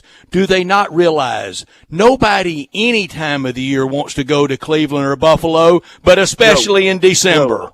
No, absolutely not. Well, the reality of what they're saying, I'll translate that. What it really means is, we don't have the coaches and the rosters that these Southern teams do, so we're going to find something else we can complain about and compare it to. Mm-hmm. Just nobody ever wanted to go on a vacation at the holidays to Buffalo. No, matter of fact, look, if they want to build an impromptu ski lift, maybe you could do that, but beyond that, no. Hard pass. Yes. Yeah, the Fenway Bowl and the Pinstripe Bowl have never, and they have never really given me a whole lot of excitement. Especially when I was playing too, when they were about to announce those type of bowls, that's not one you necessarily want to play in. Now, we had an interesting conversation about going forward with the SEC East and who could be at the top. We know Georgia's at the top. After them next year, who are you looking at? Obviously, way too early to really tell without all the transfer portal news all the way through and everything else. But who do you think should be right there at the top with Georgia?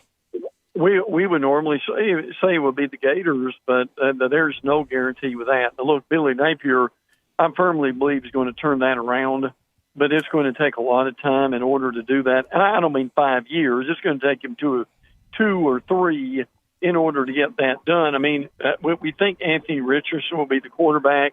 We're not sure of that, and they've got some decent talent coming back.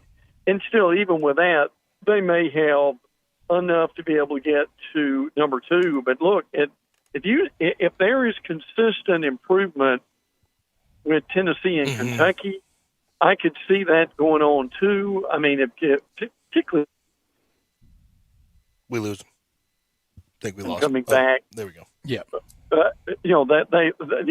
know Kate Mays is gone, but they've still got a decent amount of folks who are coming back. So, look, Gabe, that's a really good question. I mean, if Missouri's going to have to find a defense, Vanderbilt is Vanderbilt at that point.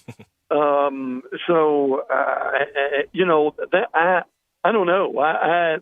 That's going to be. And look, you can basically say, who's going to be number 2 in the West. I mean, obviously, Alabama. That's still going to be a crapshoot.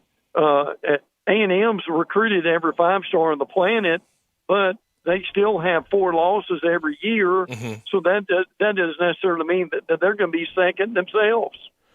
I've got to see A&M do it. And last year's Orange Bowl was not doing it when they finally waited on Kellen Mond to really cash it in. And he did last year with an 11-2 and an Orange Bowl. But that's not what they hired Jimbo Fisher for. That's not why they spent $500 million remodeling, rebuilding a new Kyle Field. It's not why they have all the infrastructure, all the trappings, whether it's recruiting, diet, health, safety. They're not doing all that to go to the Orange Bowl, but that was better than what they did this year. It was gutless on A&M's part to do what they did at bowl time. Jimbo Fisher wanted to set on that number 1 recruiting ranking, and he did not want that 5th loss. It was gutless. Look, I concur with that very much. And again, as you know, all that was in our backyard. Well, when we were fortunate to have a game, Rutgers, to their credit, showed up and wanted to play. But I'm telling you, we've seen that all the way around in this bowl season, and I think that they've got the great COVID excuse that they want to throw out there. But Brett hit it on that one. They did not want anything to happen to that class and make any of that record to discourage anyone else to come there. Absolutely. Spot on. And they pulled it last year in the last second, pulling the plug not once but twice on Ole Miss. It's bad form by A&M. I know they're running hot that Texas kicked the door down and got into the league, but it was bad form for them. I compliment James Franklin and Penn State yesterday. I complimented them and Mike Leach in Mississippi State. Both of those squads could have taken that COVID powder, that COVID pass, and left the AutoZone Liberty Bowl hanging and left Arkansas 2 years in a row hanging without an opponent. What A&M did was low rent. Yeah, I agree. Absolutely. And look, but I mean, when you pull the plug on something, when you got schools that have made the trip and they are in their locker room and they have given up Christmas and they've given up time with their family that they normally would have, listen, that's absolutely inexcusable. I agree totally. And honestly, if you got to run a third-string free safety out there at quarterback, because replacing Calzada is not replacing Johnny Manziel. No. And listen, LSU's playing tonight, guys, with what? The latest number, it was 45. Earlier today, I saw it was 39. look, if they play with 39 players, can't these other schools come up with enough people to play? The lowest rent thing that was done this bowl season, though, was the UCLA cancellation 4.5 hours before the damn game. That's I can right. tell you, Mad. I can tell you from experience. At that time, they are eating their pregame meal. They're having their pasta, whatever they're eating getting for ready that to get day. They're getting their carbo load going. They're carbo loading at that point to get all their energy about to head to the stadium to get taped 4.5 hours before the game. I really do stand by this. I think there should be some type of monetary punishment for that, because you left NC State high and dry, and they're not going to get their bowl payout now because of it. Here should be payback. Anytime they call on scheduling, like I don't know who the department figure is, but when someone tells them, hey, line 2, UCLA wanting to schedule football, hang up on them. Absolutely. Oh yeah. Look. If you don't want to play, listen. If these teams don't want to play, just turn down the bowl before you make it official, and just stay at home. I mean, if that's your attitude, don't wait to the day of the game and pull some of these shenanigans. And the Memphis Tigers get halfway around the world to Hawaii. Absolutely. And Brent, I think we've learned. I don't know him, but from all I read, it's not flattering. Is Todd Graham the worst human in college sports? Well, look, his son takes something. His son hopped in the transfer portal, and that's quite a title from a lot of people I know in college sports. Well, that is true. Over the years, we've seen a few, but look, and that's a part of that situation that no one wanted to talk about was the acrimony between players on that team and that coaching staff. People don't get what a huge part of that it played. Absolutely. If Jim, I'm sorry. Brad. No, you go ahead, Brad. My bad. The report today from the Athletic, Bruce Feldman, that I really like and trust his information, that Jim Harbaugh may be receptive to NFL offers. Let's say he takes one, regardless of where it is. Jim Harbaugh leaves Michigan in the next 10 days, takes an NFL job. Successful or not successful, his tenure at Michigan, Brent? Well, I mean, it was this year, but there wasn't very many beyond that. I mean, I would have to say that if you're, and I think most Michigan fans would probably say that it was average.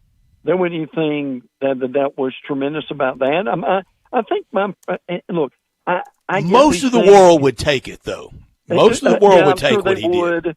But I think Brent gave my problem with that if he goes is, okay, they really, when people were howling that he needed to go, they stuck by him and they supported him, and then he gets a chance and he goes. I mean, I get going to the NFL. I do.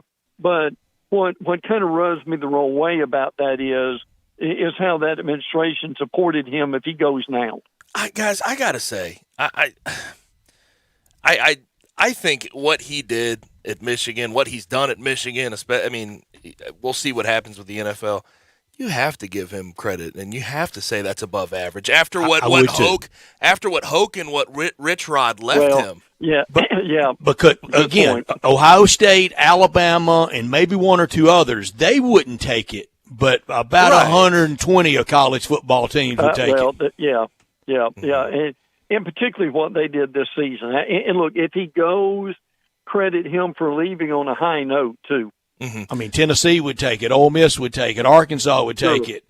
Mississippi State would take it. Missouri, A&M. Hey, remember them from just 4.5 minutes ago? A&M sure would take it. You could argue A&M's kind of the southern version of Michigan. Great stadium, great helmet, not a lot of winning. Pretty good fight song. Yeah. Yeah, but you know what? You don't pay all that money. You don't build all those facilities to average 4 losses a year. Mm-hmm. Brent, what did you think of the?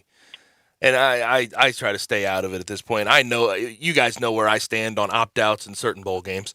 what did you think about the back and forth of what Kirk Herbstreit had to say and how people were reacting to it? I don't, and I'll be upfront with this. I don't like opt-outs. Right. Play. You've got one more game left to play, to be with your brothers. Just do it. Just play. Look, if you want to have a situation where you play for half and then they sit you the rest of it, I can deal with that.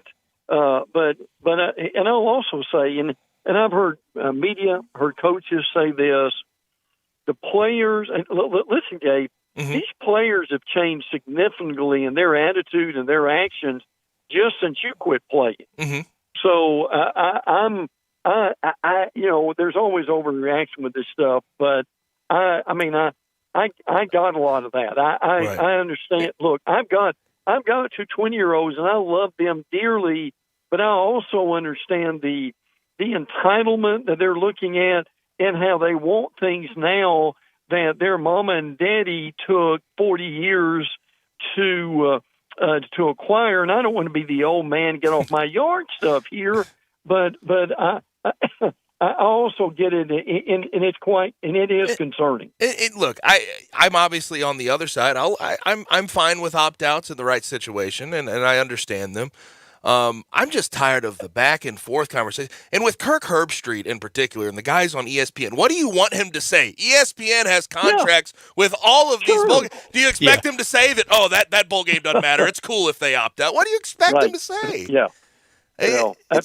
It's understood on both sides, in my opinion. It's a person-to-person situation. So I get tired of that back and forth. Brent, do you think Bama and the Georgia staffs, and there's a lot of football building familiarity with cross-pollination with those buildings, a lot of guys at Georgia had been at Bama and vice versa. Do you think they shared the game plan for Cincinnati and Michigan with each other? Because it looked like the very same one for both teams. I think.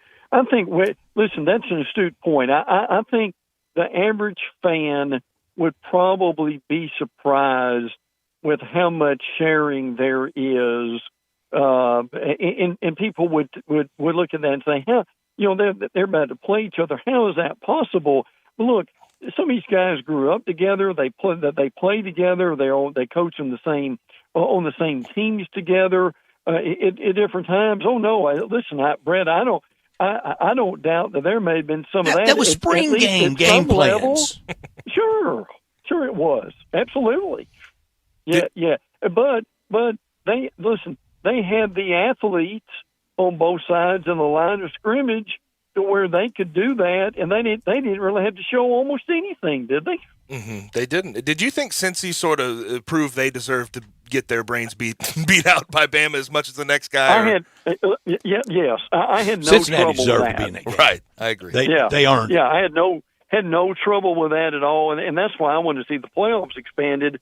Is that we have more than one non-Power 5 team in there, and yes, I have no trouble giving them that they're due, and they deserved it. Brent, one more thing, we'll let you go. I promise. We're short on time. Boy, there's no party like the Gus Malzahn party winning the Gasparilla Bowl, is it? Well, look, and Gus after the game saying we're going to win a championship here. No, look, that ain't happening because they can't recruit to be able to win a national championship there. But I can tell you this: the Gator fans and their view of they wanted to hire Dan Mullen back and fire him again after that game. Okay. I don't blame him. That was a bad effort in that second half. We talked about it last week. My gosh. And the Mizzou effort. You expected it, though. The Mizzou effort against Army was ugly. That was such a, it's so quick of a demise there from Dan Mullen at Florida. But I tell you what, I give Arkansas, Kentucky credit. Tennessee should have been awarded that game. In that score, I give Auburn credit. They got beat, but they played hard. They did. I agree with that. Mm-hmm. Yeah, absolutely. So, and let me give somebody else some credit. West Durham is I've heard him on different things, but as far as a play-by-play guy, and you guys may disagree, I thought he was really good. He's outstanding, and he's outstanding. Well, he always has been on anything he does. I think he does the Falcons, doesn't he? Yeah, he does. He does Georgia Tech. And his dad was legendary at North Carolina. Yes. But Brother Brett, I give my brother Brett. I give, and you're my brother Brett too. But the reality is, listen. He does Georgia Tech. He deserves, in my opinion, West deserves a bigger stage than what he's had. He does. You know, I'll quote Matt Luke. You don't have to be blood to be family. Yeah, absolutely. No doubt. Hey, we can say that about Gabe too, can't we, Brad? That's right. Can I be Brother Gabe yet? Have I yes, earned sir. that? Have I earned that? You have. Full brother. There we go. Don't have to be blood to be family. I hear you. All right, absolutely. Brent. Appreciate it, man. Thank you, Brent. Always, guys. Take care. You got it. You follow him on Twitter at Brent Beard. When we come back from the break, have a couple of notes on college football, then we'll get back in to the Grizzlies discussion. They got a big win last night versus the Nets, and they're back in action tonight at Cleveland against the Cavaliers, who are actually a pretty good team this year. We'll be right back on Real Sports Talk, Sports 56 98.5. You have opinions? What do you hear? What do you say? We want to hear them. Call or text us on the AutoZone listener line at 360-8255. That's the AutoZone listener line at 901-360-8255. Get in the zone, AutoZone. The global shortage on chicken is finally over, but there are still places that will tell you that it is hard to find, except for our good friends at Poultry Power. Poultry Power is currently delivering chicken in bulk to your home or business at prices lower than your local grocer or food distributor. Having a cookout or catering event? Tired of being told no by other food companies when you need chicken for your restaurant? Poultry Power can save the day. Visit www.poultrypower.org to place your order now. And remember, when others tell you no, Poultry Power has the power to tell you yes. Hi, I'm Flo from Progressive. If you love the sports like me, you get annoyed with your team or player. So Progressive's going to help take your mind off your team or that player for a moment. Instead of thinking about how they lost that thing recently, think about Progressive letting you compare our direct rates side by side with competitors to easily find the lowest option. Don't worry, your sports ball team or player will get him next time. Hope this distraction from Progressive about easily comparing rates was helpful to not think about that last game or match or season. I mean, even though I love sports ball. Progressive Casualty Insurance Company and affiliates. Comparison rates not available in all states or situations. Prices vary based on how you buy. Nestled in the heart of East Memphis, located corner of Park and Cherry, is a beautiful residential neighborhood. I'm here at Town Village Audubon Park interviewing a new resident, Carolyn. Share with us why you chose Town Village. Well, if your parents or special friends need to make that big move, let me share with you my experience. It was tough for me to leave home, but then I discovered Town Village. I would like to highly recommend Town Village to you and your loved ones. After looking at all the amenities and meeting all the people and staff, I was hooked. From restaurant, bistro, 3 meals per day, housekeeping, transportation, security, health care, physical therapy, exercise room, and even a heated pool and spa. Come see us and make your new home at Town Village. Visit us and call Daniel at Town Village Audubon Park at 901-374-7342. There's no place like home, Town Village. They've raised the bar again at Homer Skelton Hyundai and Genesis of Olive Branch. I like to say this is the new standard, the way car business should be done. And to prove it, out of 355 dealers in America that sell Genesis cars, the one in Olive Branch, Genesis of Olive Branch, was top 50 in the country, top 10 in the region, and number 2 in the district. And guess what? They want to be number 1. That means there are opportunities out there for you. It's the safest, and every new, latest bit of technology that makes the experience of driving a car better, they've got it at Genesis of Olive Branch. If we start with the G70, the highest performing car I've ever owned, all the way to the G80 or the G90, the biggest of the sedans, you'll love everything about the car. If you would like to try the new SUV, the GV80, you call Vinny Gerard at 662-890-6684. He will bring it out to you. Now, back to Sports Time on Sports 56. Here once again are Brett Norsworthy and Gabe Kuhn.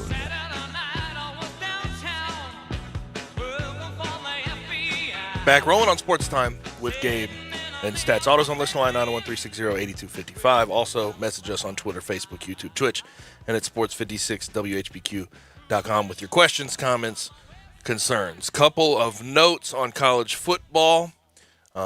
We have a couple of declarations into the NFL draft from underclassmen. Sauce Gardner from Cincinnati decides to move on, and David Ojabo from Michigan, their other pass rusher, opposite side of Aiden Hutchinson, officially declares. Sauce Gardner, I think, has a good chance at the next level. Big, long corner. Big time. And I thought...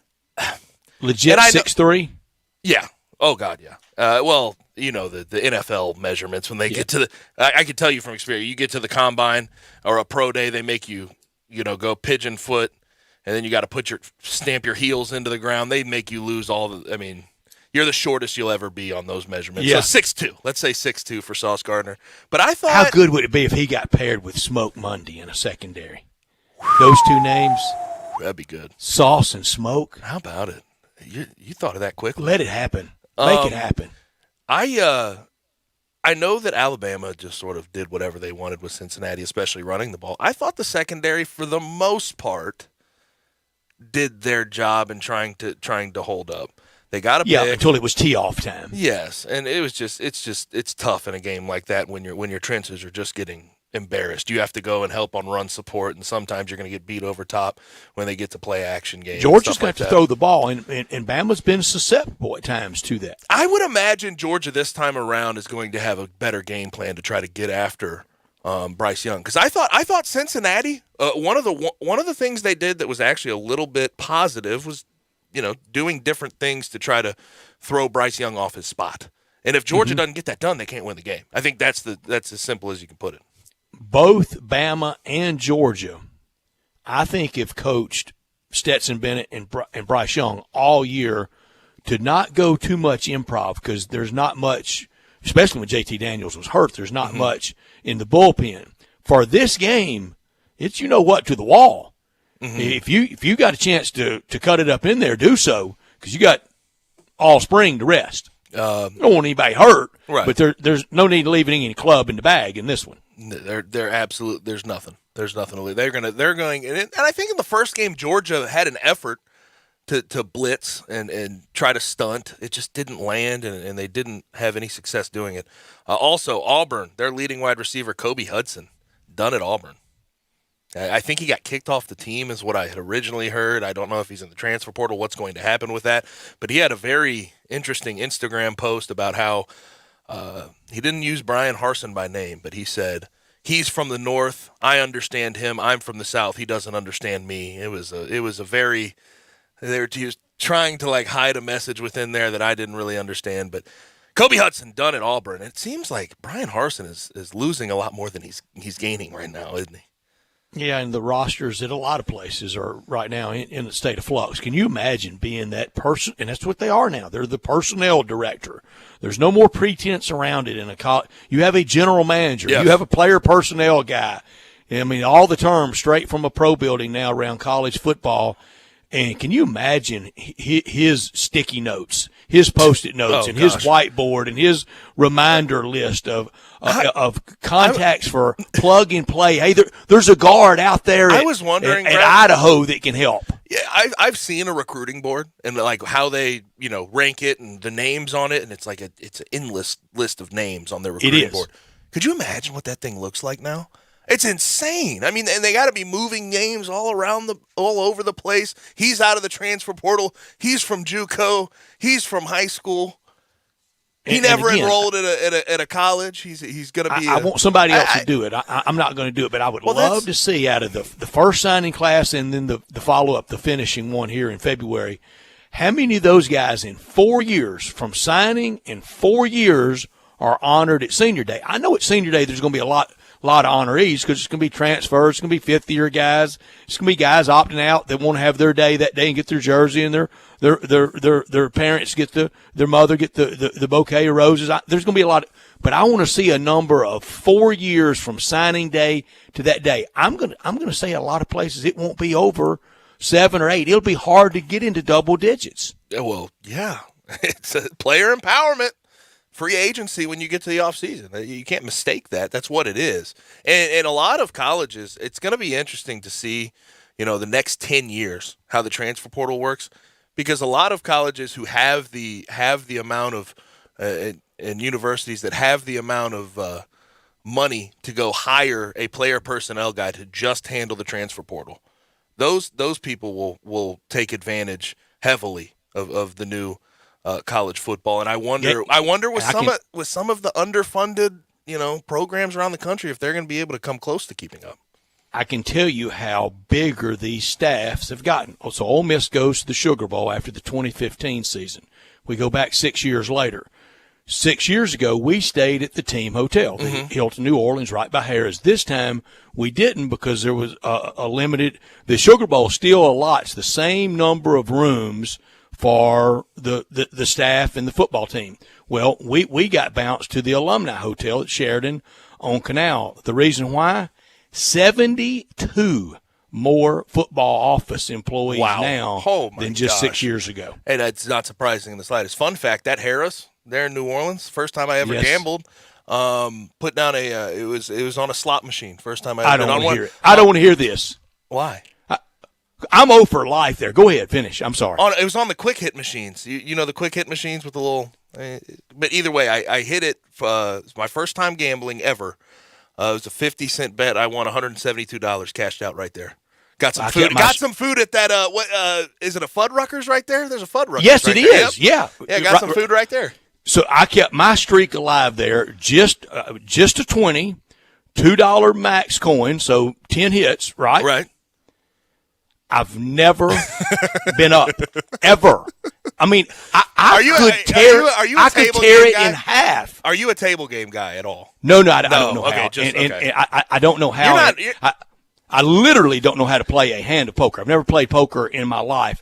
Every time I've tried to play blackjack, the other end of the table gets mad at me. What'd you do that for? You're messing the cards up. I don't know what I'm doing. I'm just trying to have fun. That is frustrating, Brett. That makes me mad. They force you to play a hand, and you could lose anyway. I don't know what I'm doing to begin with. You would think I'd committed a war crime. This guy got so mad at me. I go, I don't even know what I did. Why are you so mad? Nothing worse than the dealer getting like a 7-card 21 to beat the entire table too. And crap's too slow, and I don't really understand it, and I don't know the lingo. I don't really know what I mean. The first time I ever played craps at a real casino with a real table, I'm not talking about at the fraternity house or at some other places around Eastern Arkansas. I thought to win the field bet, to win the double on the 2 or the 12, I thought you had to put the chip exactly in the middle of the 2 and the 12. The dealer finally realizes what I'm doing. He goes, buddy, you just throw it out there. If they roll 2 or 12, we'll pay you double. You don't have to put it exactly in the middle like that. I thought, okay, I didn't know. I wouldn't even know how to begin. I have no idea how to play. I don't either, and it's too slow, and I hate losing. The thrill of victory is great. The agony of defeat is too heavy. But I'm 0 for life. That darn Harrah's in New Orleans. I've never hit a cherry. I've never had any plus action. Brett, in the agony of defeat you're experiencing 9 out of 10 times you go to a casino. Yeah, just let's be real. So I stopped by like Tuesday morning going to get my credential, deposited a 20. It was quick. Just 10 hits, done. I said, well, I could have wadded this up and thrown it in the street easier than this. So go back, I think, Thursday afternoon, same thing. And then lose $60, never ahead, and left grumbling, left muttering mad. I said, I hate this place. I've never been up 1 second. Oh gosh, you're gonna have to change that at some point. You're gonna have to get lucky at some point, right? But it was. I'm like, I don't think these machines are working. It's like something's going on. They're working. They're doing working their very job. Much in their favor. They're doing their job. I know that was a sidebar. Now back to now. I will tell you to gain entry into the casinos there, you had to have a Vax card, right? either on your phone or show it and NID and very strict about it. I mean, like I said, the same lady 2 days in a row or 2 out of 3 days, and she said, "No, I got to see it again." I said, "Okay." So what about the folks chain smoking cigarettes in the back? Do they have to mask up between drags? What are they? No kidding. How do they handle that? And Gabe, here's my sermon on that. I hope we get health conscious in this country. I do. Hope we get health conscious on smoking. Hope we get health conscious on obesity. Hope we get health conscious on diet. Hope it just doesn't all end at the COVID shores. Mm-hmm. Yeah, I really hope that we're early in this year. We're 4 days into 2022. I hope. Friend of mine texts me. He'll take me to Tunica and teach me how to play blackjack. No, you won't. I ain't going. Ask him if it's on him. If it's on him, then don't want to learn. But I really hope 2022 we make more strides, and I really hope we can move past this disease. I really do. Me too. And I'm not. I promise you, tomorrow, whatever number the Tigers put out for attendance tonight, I'm not going to harp on it. I'm not going to beat them up on it.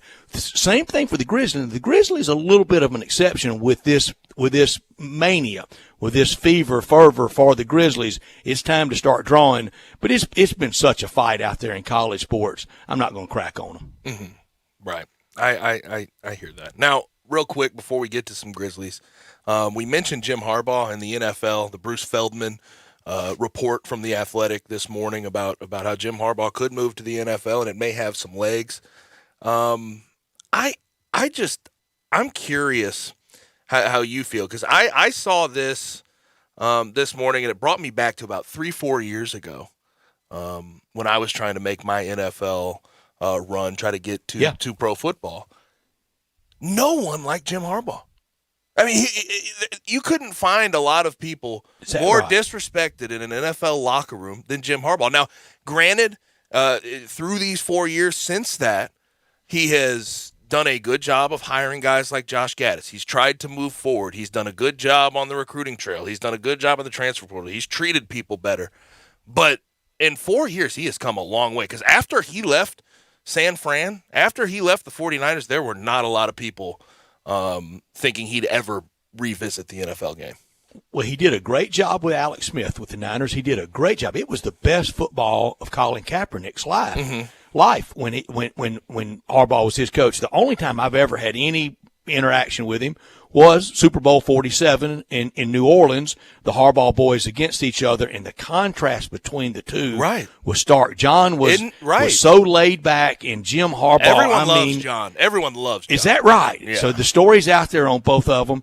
And Jim Harbaugh, I always liked him as a player, liked him as a ball player at Michigan, liked him with a lot of different teams, and what he almost pulled off with the Indianapolis Colts as quarterback there, and playing for the Bears, playing for Mike Ditka, playing for Bo Schembechler, playing for and being coached by his dad. His dad's was very intense. The mom was very laid back.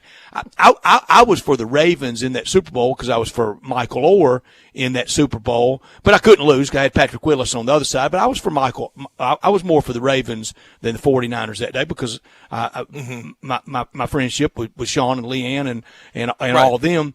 But that Super Bowl, the contrast was heavy. I mean, it was distinct between John and Jim Harbaugh. And Jim has always been sort of a weird guy, just a weird character. And John, not so much. John likes to have fun. He played for Bo and Mike Ditka. Can you imagine how many times he had his rear end chewed out? That's a good point. But, yeah, Jim Harbaugh, I think it could have some legs because you look at the Raiders. Raiders would make sense for him right now. It really would. He's very good friends with Mark Davis. Bears would make sense. Bears, but wouldn't you think Midwestern guy, tough guy, a former Bear? I would think Ryan Day would have first dibs of college coaches that would be in there for the Bears. Too, because the Bears they don't want to mess up Justin Fields. But that work with Kaepernick would sell with the Bears. And also with Jim Harbaugh to the Raiders, he started his coaching career with the Raiders as the quarterback coach there. So he's been there. He knows Mark Davis. They have a good foundation. That would make a whole lot of sense. He's been out to the West Coast at Stanford. Now coaching. I don't think he'd Stanford, be a good mix with Trevor Lawrence. Do you? Jags head coach Jim Harbaugh. Who would? I mean, well, with Trevor Lawrence, I'm talking about who would be a coach that you really want to be coaching the Jaguars at this point. They're just so, it seems like tough. their culture is so bad right now. And to repair it's going to take, 2 years? A year or and to two. think we lost out on a team to them. How about that? How about that? On the Grizzlies front, and all this fun and sunshine and daffodils, you a little worried about Jaren Jackson with only 5 points and 5 rebounds last night? Yes. And here's the thing that we've seen with Jaren Jackson is he's never found balance. He hasn't found balance this year. He was very 3-point heavy, perimeter heavy to start the year. Then, when they got on that stretch of winning without Ja, he was very aggressive, getting to the hole, wasn't shooting threes. He needs to find the happy medium. He's inconsistent because of that, in my opinion. The balance in his game is not there yet, and there's still so much to unlock with him, but he's got to unlock it at some point here. But that is just looking to find a problem right now with the Grizzlies. Right, of course, and there's no question about that. And if you're looking at sort of side stories with the Grizzlies, this Desmond Bane, Steven Adams connection has some legs now at this point. They love each other. And I think this team as a whole, I think that's why they're playing so well, is you can just sort of see how much fun they're having. This team is lovable. They're together. And that's where you come when you talk about trades and you talk about other guys getting involved. Yeah, you want to make moves that are good for the future of your franchise, but how much do you worry about breaking up the relationships that are within that locker room right now? Have you taken some time to give thought to what April and May will be like around here with real playoff fever? Oh, yeah. I will. Not, I've given not some just thought. winning a spunky game or two. Brett, I've given some thought. I don't know if thoughts do it justice. I think it'll be mania. Warm weather, Beale Street, maybe a decline in COVID, outside. Tony Allen, that place cracking. Yeah, it'll be a good time. But tonight, the Cavs, JB Bickerstaff, he's done a really good job with that team. 21-16, and they made some sort of switches in the offseason. Obviously got Evan Mobley through the draft, but they went and signed Lauri Markkanen. Ricky Rubio, of course, is done for the year. They ended up just acquiring Darius Garland back. Yeah, right. They just acquired Rajon Rondo, so Rondo is now a Cavalier. But they have put together a pretty good team. They really have. Kevin Love just Colin lives Sexton, out there shooting set shots. Sexton's out for the year, though, isn't he? Yeah, but I'm just saying in general what they have on the schedule or on their team. And Jared Allen has become a heck of a player too, and he's scoring at a way higher clip this year, 17 points per game. It was sad to see Ricky Rubio go down. It was right in front of us, and it looked like What he a slipped game maybe on for some him, condensation or something. Oh, My triple-double or just shy of it that night? I think I'd have to let me go last back Tuesday and check. night against the Pels, but when he went down, it was just shy Kevin of it. Love's he had reaction. 9 assists. Yeah, Kevin Love was first to him, and it was, oh no. Mm-hmm. And Evan Mobley right now, who he thinks leader in the clubhouse for Rookie of the Year. He's got to be up there, Evan Mobley. He's way up there. Yeah, he might be one. We'll see. When we come back on the other side, we're going to switch gears, get back to some college football. We have the Texas Bowl to pick, Kansas State -7.5 versus LSU. We'll be right back on Sports Time with Gabe and Stats. Sports 56 Happy Hour with Johnny Radio, presented by Tito's Vodka, from 11 to 1 every weekday on Sports 56 and 98.5 FM. Welcome to Triumph Auto Sales, where you'll have a great car buying experience. Triumph Auto Sales is your #1 source of quality pre-owned vehicles ranging from lease returns to new car trades, all at huge savings. Plus, Triumph has a full array of financing options to meet your needs. Find your next car online at triumphautosales.com or stop in today at 4875 Elmore Road. Triumph Auto Sales will help you get the vehicle you want at the price you need and the service you deserve. For a great car and a great experience from a local and family-owned business, visit Triumph Auto Sales. We're planning a trip to Spain later this year. But our Spanish is pretty bad. So we're using Babbel. Babbel's conversation-based method teaches you real-life words and phrases. And with Babbel's interactive, bite-sized lessons, you'll remember what you learned. There's no easier way to learn another language. Ahora hablamos español. He just said, now we speak Spanish. Babbel, language for life. Now try Babbel for free. Just go to Babbel.com. That's BABBEL.com.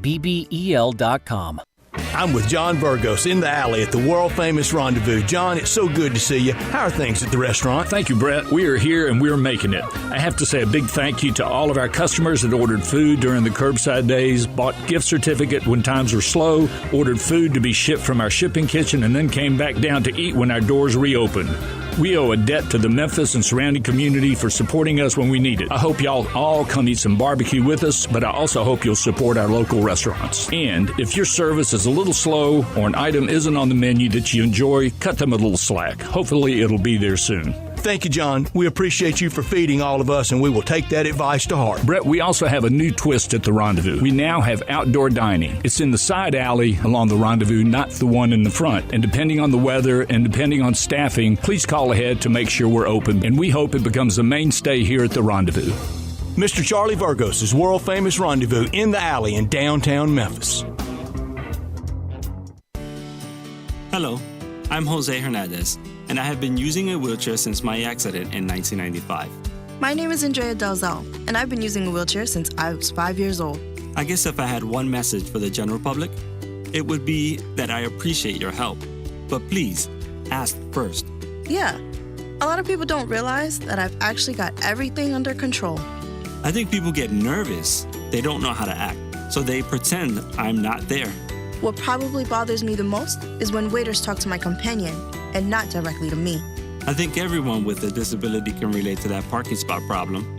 We know you're just parking in that disabled spot for a second, but please, don't. We're just looking for the same respect and consideration as everyone else. United Spinal Association is dedicated to enhancing the quality of life of people living with spinal cord injuries and disorders. Download our disability etiquette booklet at unitedspinal.org.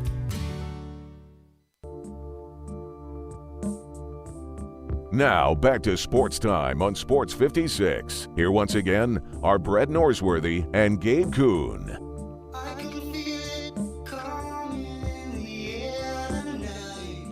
Got a few texts. The AutoZone listener line, 901-360-8255. Before we get into our pick of the Texas Bowl between Kansas State and LSU. Got some Grizzlies texts. A lot of Grizzlies texts. Somebody says, Ja's on an NBA MVP level tear, and the Grizz are hammering elite teams. Brooklyn just the latest. Somebody else says, Memphis is playing the best basketball the last month, and Ja is like the MVP of the league. Somebody else says, Ja over Durant and Curry for MVP. Well, he's got more than that to beat, I'll tell you that. Giannis Antetokounmpo's out there. Jokic is out there. DeMar DeRozan, by the way, having a really good year. I'd imagine he sure is. He's probably top 5. He's averaging around 27 points per game. And then we have a text giving us a little bit of a note on blackjack. It says, a little note on blackjack. I am not popular with other players either. Never read a book on how to play. I observe the pattern of how cards are falling and play by instinct. Have won more than I lost and do not care if it upsets anyone. Good for you. I'm never playing another hand in my life. Yeah, those tables can get uncomfortable. I don't like to smoke, and I always seem to irritate them, and I don't care enough about doing it. Yeah. So we have the Texas Bowl tonight, Kansas State and Chris Kleiman -7.5 over LSU. I can't imagine we see much out of LSU tonight. Have we even gotten word one on who's going to be quarterback for LSU?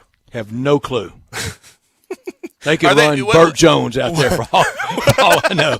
What's the number of 39 is last I heard about scholarship players that they have on their roster? There are high school teams that run rosters out there bigger than that. Yeah. Like AA and AAA teams. Mm-hmm. What is our record on bowl games so far? I know you had the early lead. You were 9-0 to start. I was house on fire, but settled in. You're 19-15. Okay. I'm 19-15. Bryant Dacus 13-21. Woo! We're playing it like golf, right? The lowest score wins. Not that stable for a scoring system. Bryant, you go first then. Yeah. I'll take Kansas State. Yeah. I'm sorry. I don't care about the number. It's just hard to take. Like, I guess you could say LSU has superior talent. They've recruited superior talent. Anyone on scholarship is likely better than anyone on scholarship at Kansas State. But give me Kansas State. Just give me Kansas State. I can't. You think I got this SEC homer label by mistake? You're Give me LSU LSU. straight up. Have you, real quick. This may have been your demise. You've picked every SEC team to win and cover, right? Of course I have. How you think I stumbled into this? I earned this. That's why your record's so bad. Well, it usually holds me in good stead, but this year SEC came a cropper. You see. Oh my gosh, if it's a bad year, I mean, we can tell how you are picking at bowl season based on how the SEC does. I even picked OU coming into the SEC. Mm-hmm.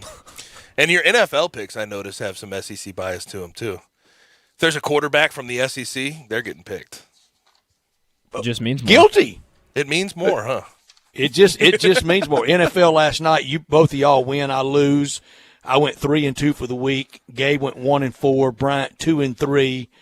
For the year, I am now 55-49 in the NFL. Gabe is 50-54 in the NFL. And Bryant is 47-57 for the year in the NFL. Woof! It happens. My gosh. Hey, have one more week to right the ship, I guess so. What a comeback that will be. I guess so. It'll be a comeback story. That'll do it for hour number 2. When we come back for hour number 3, we talk NFL with our good friend, Bo Marchant from collegetopro.com right here on Sports 56 98.5.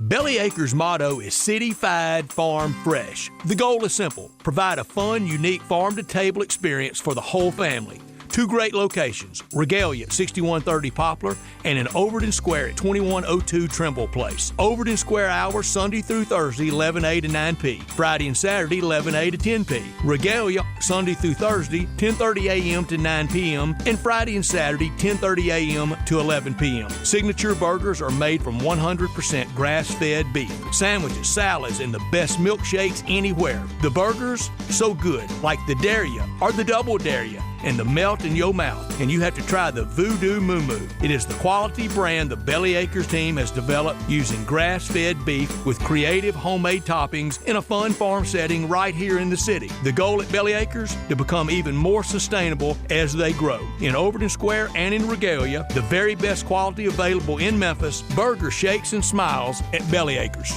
Sure, we have 30 seconds to tell you that drivers who switch to Progressive could save big. But then what? Well, there is a nice piece of stock music playing behind me that a talented composer worked really hard on. So let's enjoy it.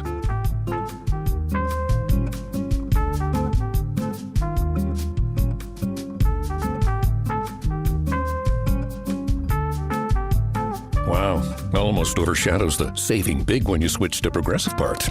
Progressive Casualty Insurance Company and Affiliates. There's nothing more frustrating than when your garage door breaks down. You're trying to get to work and it just won't open. What's the deal? Well, I'm not a garage door expert, but my friends at New Day Overhead Doors are. I was using New Day to fix my garage way before they came aboard with us. They are your one-stop shop for all your garage door and garage door opener maintenance needs. True professionals. And get this. New Day will beat their major competitors' price, oftentimes by half. That's half the price. 30 years experience, honest, dependable, family-owned business.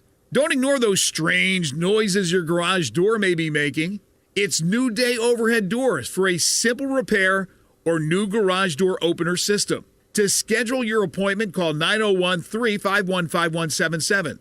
That's 901-351-5177. New Day Overhead Doors.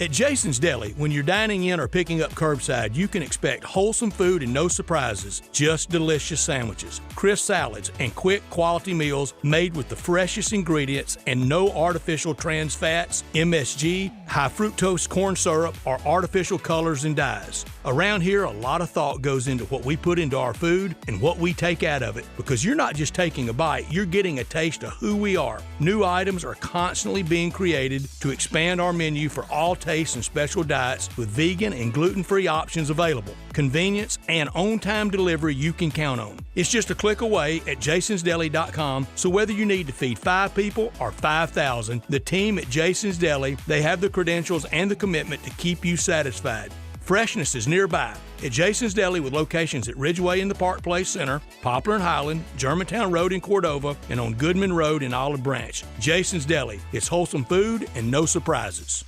Do you know one of the best things you can do for your employees or family's health? Provide Arctic Clear bottled water. Arctic Clear bottled water is your locally owned and operated bottled water provider. Arctic Clear is 100% natural spring water with free delivery and setup, dependable service, and no long-term contracts. What an easy choice. Call Jeff Manus today, 901-382-2363, or visit arctic-clear.com. Arctic Clear bottled water. Call now, 382-2363. That's 382-2363. We are Sports 56 WHBQ Memphis and W253DF Memphis, Flynn Broadcasting Stations.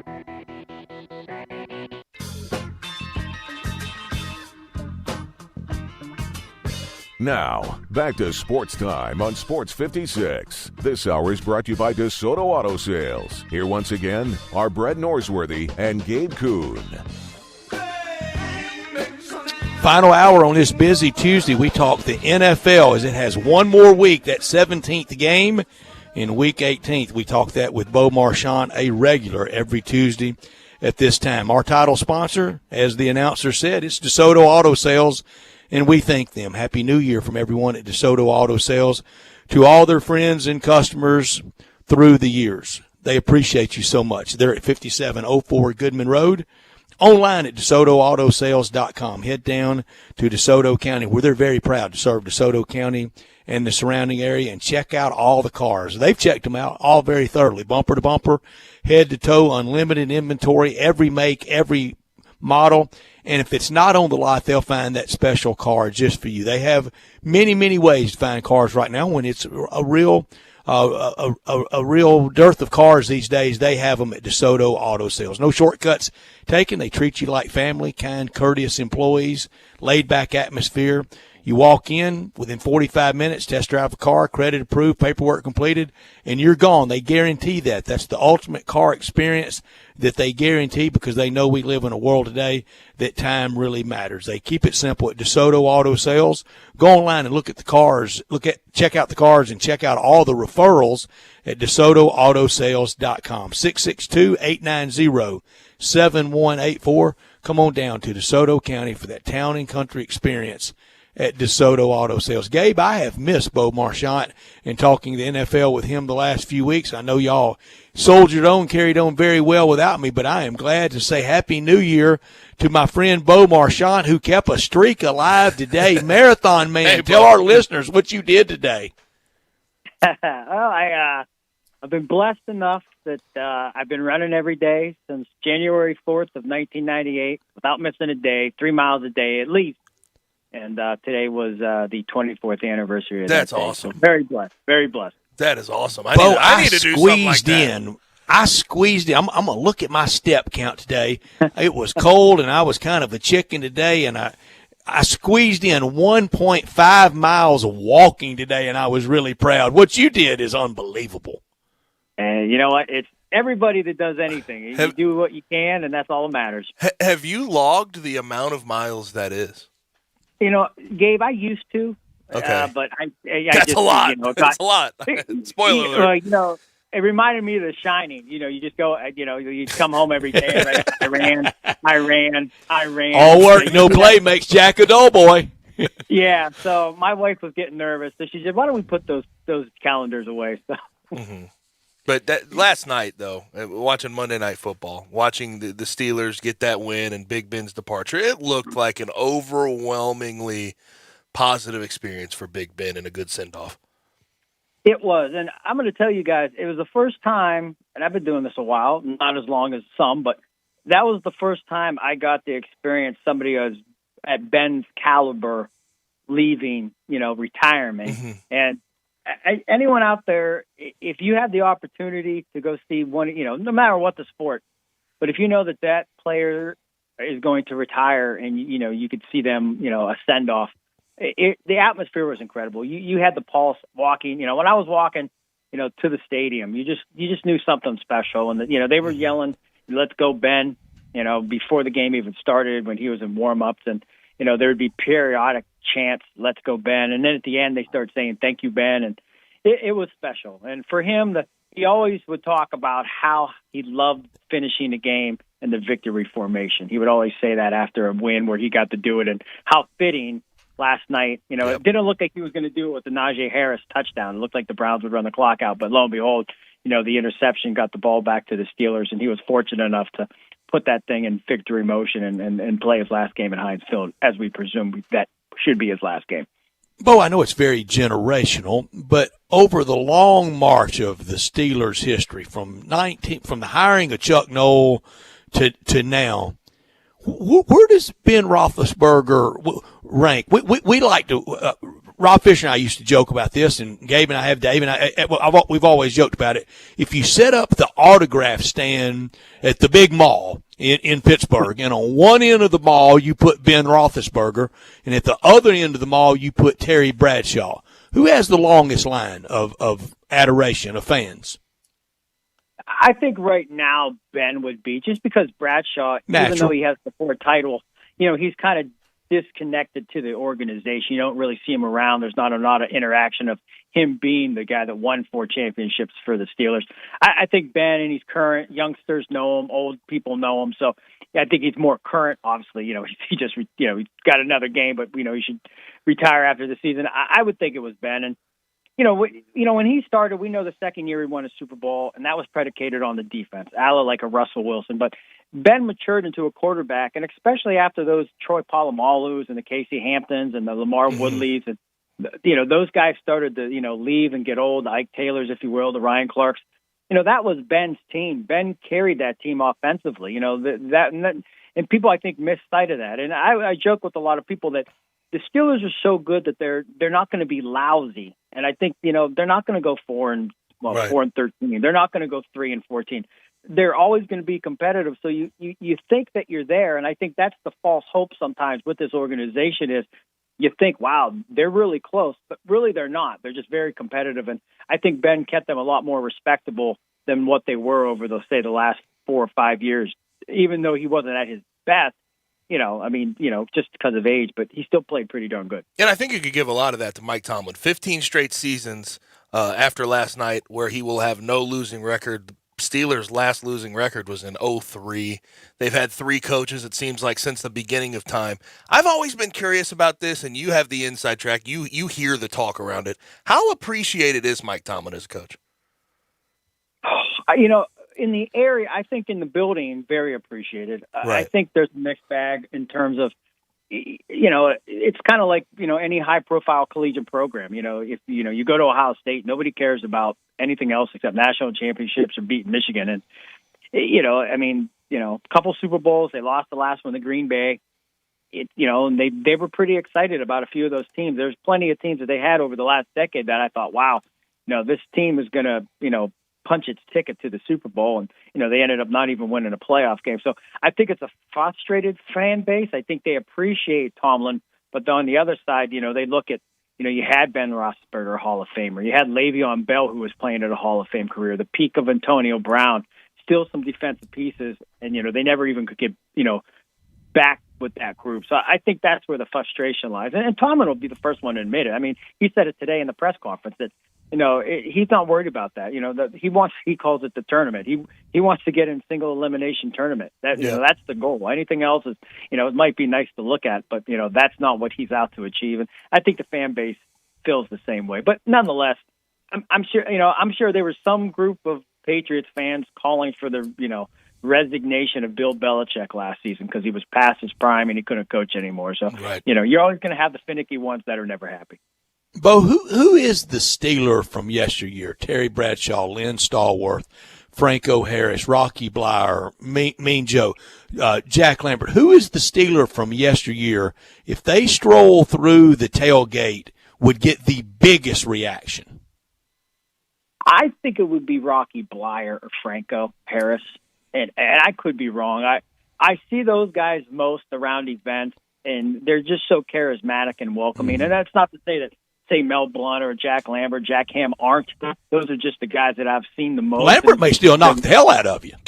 Yeah, I mean, he might. And, but I think those guys, their charisma and their personalities, especially Rocky Bleier, I think if he would take a stroll through the tailgate, I think that would be, I think just his interaction would be enough. And, but again, it's, Jerome Bettis, I don't think we can underestimate how beloved Jerome Bettis is. I think you can put him right up there. I mean, but off the top of my head, I would say Bleier or Franco. You want to go a little bit shorter, maybe Bettis. And then, I think Polamalu.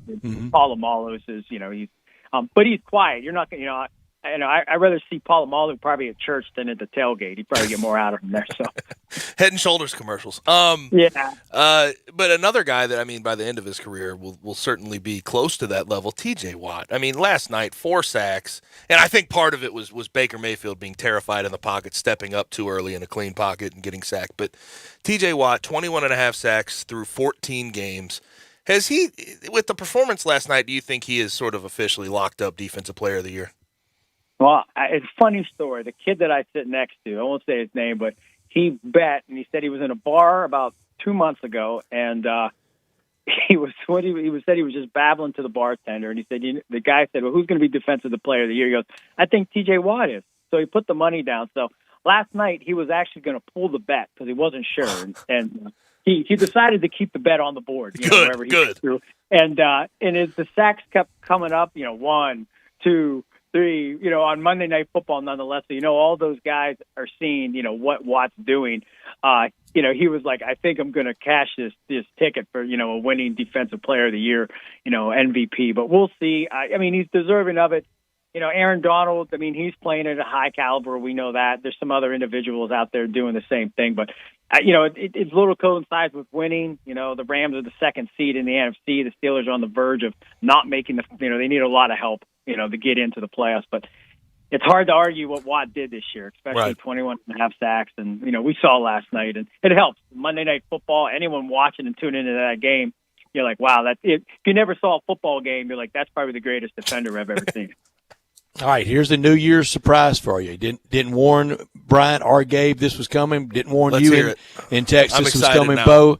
Here we go. We do all those preseason predictions in August. We go Coach of the Year, Rookie of the Year, DPOY. We go all the divisions, all the playoffs. I'm going to boil it all down going into Week 18. I'm staying with my preseason pick for the Super Bowl, Titans from the AFC, Rams from the NFC. I'm staying with my preseason pick of the Rams winning it at SoFi. Bo Marchant, give me your Super Bowl picks right now. Oh, they're going to probably be different from what I know I didn't pick the Rams. I hate saying this but I'm going to say Chiefs and Packers. And fitting back to Los Angeles, home of Super Bowl I, Super Bowl 56, would have those two teams in it. Who wins, Chiefs or Packers? I'd say Packers. I told you last year I would never pick Andy Reid to win another Super Bowl, so I got to go with Aaron Rodgers. Gabe? I'm going to go Chiefs and Rams. Rams have too much star power to fall short this year. And the Packers, I am predisposed to believe that they will fall short one way or another. I'm going to go Rams. I'm going to go Rams. Bryant? It's got to be a Cowboy pick here. I'm going to go Packers-Titans. Packers-Titans. Mm-hmm. And the winner? Packers. Well, let me go there with you. That's some good stories there with everybody's pick. Let me go there with you, Bo. What do you think about the Titans, though, going into the playoffs? I know there's some whispers about Derrick Henry possibly coming back. And if he does come back, we're not seeing 25 carries a game. I don't care the situation. What do you think about them as a whole, though, for a possible playoff run? Well, 2 years ago, they were the Cinderella team. Last year, they had home field, got knocked out by the Ravens. This year, they got the number 1 seed. So, Vrabel's doing everything you can do with what's on the roster.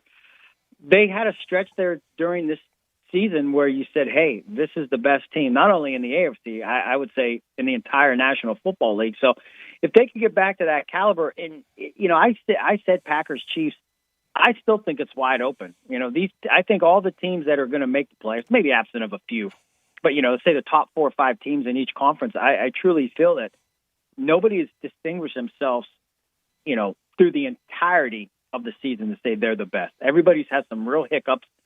Teams have got hot and cold. I mean, the Bucks, they're not in a very good place right now, so you kind of say Tampa's kind of on the downswing. You don't, unless they get hot very, very late. The Rams, big win over the Ravens, and I don't care if Jackson played. They still had to travel to the East Coast. I thought that was a big win, and we know Stafford's been struggling, but I think the Titans are as a quality team as anybody, and I wouldn't write them off. I think Brett has a perfect, legit Super Bowl pick, and that's what he, chose way, way back in August. You can't argue it. And they're right there. And, the way they performed after Henry went down and, I think they won their next 3 or 4 games after that. I thought that was the big thing. And, Foreman, he's kind of picked up that slack of late. But at the end of the day, they're right there. And I thought they would struggle. I thought they would struggle without Arthur Smith. I thought the defense still had a lot to make up because they were pretty bad last year. But they've squashed, all my doubts, and they've exceeded expectations in my mind. I could say without a doubt, I would not be surprised if the Tennessee Titans represent the AFC. All those teams we mentioned, Packers have the most pressure on them, don't they? They have to. If everything runs through Lambeau, this will be their 3rd NFC Championship game. I don't know what team has lost 3 in a row of late. But it's now or never for that team with Rodgers. And like Gabe mentioned, though, you're scared because they've been there, and especially with Rodgers, and they haven't got over the hump. But it just seems like they are playing better. The defense is playing better. A.J. Dillon, Aaron Jones, he feels comfortable with the receiving core. It'd be hard. But again, I'd be more surprised if they lose, another NFC Championship game rather than win one. Mm-hmm. And I know you're never, ever in a situation where you're going to count out Tom Brady. It's just never going to happen, especially when you get to playoff time. But this Antonio Brown situation where he throws a fit on the sideline, leaves the stadium shirtless, gets an Uber. This complicates a lot of what they want to do offensively. No AB. They're going to have Godwin out. Fournette's been banged up. Gronk's been banged up. Do you think that offense can hold up in the playoffs? I don't. I really don't. They had some miraculous, magic by Brady at the end of that game to beat the Jets, a game that, they had no right being behind it in the first place. Even if Antonio Brown, took his jersey off every quarter and ran on and off the field, they should have been blowing out the New York Jets. So, you guys know from day one, I've been very not kind of feeling the Tampa Bay, wave. And, they had the easiest schedule, power rankings going into the year. So, they were just favored to win more games than probably other teams just due to the quality of the schedule. And they, I remember people talking, the Bucks might go 17-0. And I was just like, where are these people? Come on. Why just, yeah. So, but you, as you mentioned it, you got Tom Brady on the opposite side. If we're going to talk Brady on the NFC side, there's another guy over on the AFC side that, who do you want to play? Well, we'll play the Chiefs. We'll play the Titans. We'll play the Bills. We'll play the Colts, if they get in, but the one team you don't want to play is that team with the Patriot on their logo. That's the one guy that you're like, until you knock him out, that's a very scary name to look at. It is. And this weekend, playing Week 18, we know we're going to Week 19 sooner rather than later. I don't really see the need, and other than they have to. I know they're all broke and destitute, and they need the money from the Week 17 proceeds. But we have this long weekend. Have some games on Saturday. There's no Monday Night Football this week. That's it. Monday Night Football this week's college. But the NFL, they got it done. They're going to.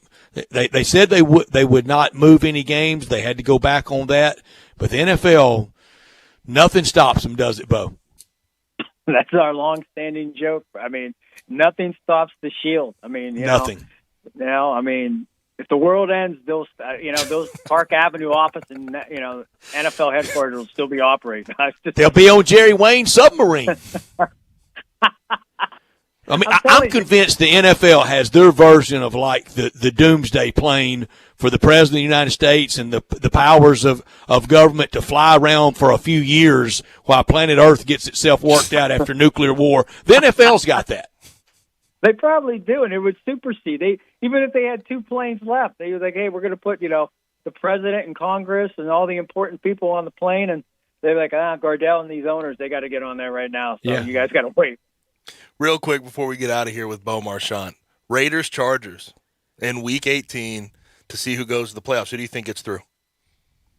I think the Chargers do. I admire everything Las Vegas has done, all the odd things that have gone on with that team. And for them to be in this place, I think it's a remarkable job by everybody in that organization to rally and get to that team to where they're at. And it's a gritty performance. I just think the bottom line is the Chargers are a better team.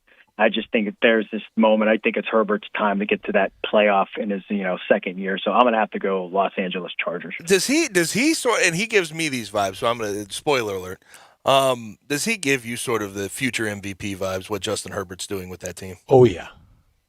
Oh, yeah. I mean, Herbert, Burrow, right. Those guys are the next generation. Going to have some staying power. The hot take TV discussion is who you're taking right now, Joe Burrow or Justin Herbert. Really? We're going to do that hot take and TV. And if we're going to be honest, that's an impossible question to answer. That's really impossible. Is. I mean, come on. You know what? I would take Burrow. There you go. I would, in absolute, I don't even need these last 2 weeks. I would have took him week 1. I would have just. I thought his final year at LSU was one of the finest seasons, and he's done nothing in my mind to deter that he's not going to be a super caliber quarterback. And you could say this thing about Herbert as well, but Bo. So it wasn't impossible. It wasn't an impossible question. Bo knows and Bo with that solidarity of OHIO, no doubt. Yeah, like I said, I think Burrow's special. Not MVP. I mean, that's Rodgers. I mean, I don't think right. Highest passer rating, 35 touchdowns, 4 INTs, home field. Zach Taylor, Coach of the Year. I think you got to give it to Matt LaFleur, just because the guy, he's making 13-3 look like, that. I mean, he's got, I know Zach Taylor's come out of nowhere, worse the first, and that gets a lot of pub, but I just think earning that. I mean, 3 straight seasons with that caliber of play by the Packers. I think. I swear, if the Saints squeezed into the playoffs, I'd have to give some consideration to Sean Payton. Yeah, me. I do like like I said, I thought Brian Flores last year. I do like. I always tell you the guys with the leads that get the most out of their team. And, me too. For the Bengals to be where they're at, it's a big surprise. I wouldn't knock it. I mean, look at Mike Vrabel. Yeah, Mike Vrabel too. can be. Vrabel, how can't he be in the conversation? So there's a lot of deserving coaches, a lot of deserving MVPs, nonetheless. But this to me this has been one of the funnest seasons. I mean, you talk about parity, not parity throughout the league, but parity also throughout the top teams. I mean, and that's I think the fun part. I mean, who cares if the middle of the pack teams are all half parity? Yeah, and then you got the your powerhouses. All the powerhouses are kind of on an even keel, I think. He is Bo Marchant from collegetopro.com talking NFL with us every single Tuesday. Bo, appreciate it as always. Yep, stay safe, gentlemen. Absolutely. Happy New Year. Thank you, Bo. Bo Marchant with us every Tuesday, and the league in good place. I know when Alan Bell joins us on Friday, he is going to make a full-throated declaration and push for Mike Vrabel and the job that he's done in Nashville. The awards will be a lot of fun to see how they get sorted out. Tiger basketball tonight. And on a cold night like tonight, you're thinking about somewhere to go for dinner right now, don't forget about Jason's Deli, not just at lunchtime, all 3 meals at Jason's Deli. Breakfast, lunch, dinner time, all so good. They can bring it to you with a variety of delicious choices for all 3 meals, breakfast, lunch, and all-day meals for groups of 5 or 5,000. Check out the most popular choices online at jasonsdeli.com or go to any of these locations like Ridgeway Road, Poplar and Highland, Olive Branch, and Cordova. That fire-roasted tortilla, wouldn't it taste good tonight? Pick that up, take it home right now on your way home, or the tomato basil, or the chili that I love so much. All the salads, so good. The Mesa chicken salad, the nutty mixed up salad, my favorite, the taco salad. All the food good at Jason Deli and good for you. Trans fat-free food. Healthy. First franchise in the nation to be trans fat-free. Jason Deli, all about choice. Whether you seek a gluten-free menu, vegetarian sandwiches, healthy kids meals, they have it. Plenty of organic food to choose from and that great salad bar. Over 30 items to choose from. And the catering, anytime, anywhere. Go to jasonsdeli.com. Locations on Ridgeway Road, Poplar and Highland, Olive Branch, and Cordova. And in all those locations, wrap it up with a complimentary ice cream. When we come back, we get to what's trending, and what's trending a whole lot in the NFL as we sort of approach the end of the season. Washington football team announces a final 8 of names that they will pick. They will decide on February 2nd. We'll talk about that. Also, Baker Mayfield news. I have to discuss that and what's to come for him in his future right here on Sports 56 98.5. We are Sports 56 WHBQ. Listen to us daily on 560 AM and 98.5 FM, as well as around the world at sports56whbq.com or on the Sports 56 app. Brian Elder's Roofing Solutions. I'm Brian Elder, 867-0303. Hurricane season is upon us. Is your roof ready? Are your shingles laying down and sealed properly? Call me right now, 867-0303. They say you get what you pay for. That's why my opinion is free. Maybe you've got years of life left in your roof. If so, I'll tell you that. But if I find storm damage or a compromised roof system, I'll lay out some options for you. Don't let them tell you it needs to be replaced if it only needs a repair. Call me, 867-0303.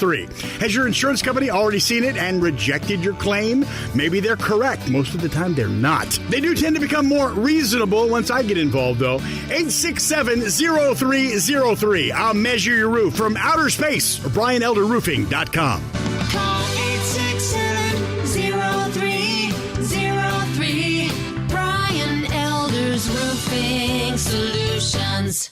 It's a brand new year. And yet still here you are. And now I'm not saying that you should make New Year's resolutions. But if you did, they should all have something to do with Central Barbecue, right? You think I'm so predictable? That's because you are. I could have been about to say anything. As long as anything by me telling people to go to Central Barbecue. Well, yeah. See, predictable. Still, we do love us some Central Barbecue. Exactly. So people should resolve to spend plenty of time at one of the 4 locations of Central Barbecue this year. You know what? You're right.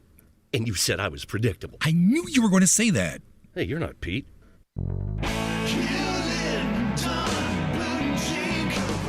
Hewlett & Dunn Boot and Clothing Company, we have it all. From handmade Amish leather belts, fine and casual clothing, boots, casual boots, work boots, fancy boots, and even safety-toed boots. Lots of cowboy hats to choose from, even Nebo lights, Orco hard coolers, good-looking duck head dress shirts, duck head caps, shorts, and pants. Tons of jeans from Ariat, Wrangler, Devil Dog, and Kimes Ranch jeans. At Hewlett & Dunn, we have a great selection of Old South t-shirts and caps. Fine clothing from dress to casual to Sunday best. Enjoy choosing from UFO's orthopedic-approved shoes. Hewlett & Dunn Boot and Clothing Company. Boots of every size, every color, every skin. Great quality Western, work, and safety toe boots. Hewlett & Dunn Boots and Clothing Company. 111 North Center Street, Collierville. Hewlett & Dunn. Hewlett & Dunn, serving you and your family since 1961. I'm Sheldon Rosengarten with Mark's Bensdorf Realtors, and I have to really congratulate you, Mallory, who is also with Mark's Bensdorf Realtors, for using his hunting skills when it comes to finding homes for his clients. Thanks, Sheldon. Yes, I get them into their hunting gear by getting them pre-qualified with a local lender. Then we stalk the prey. We go on the hunt into the multiple listing service as well as other internet sites that other hunters, other agents, don't use.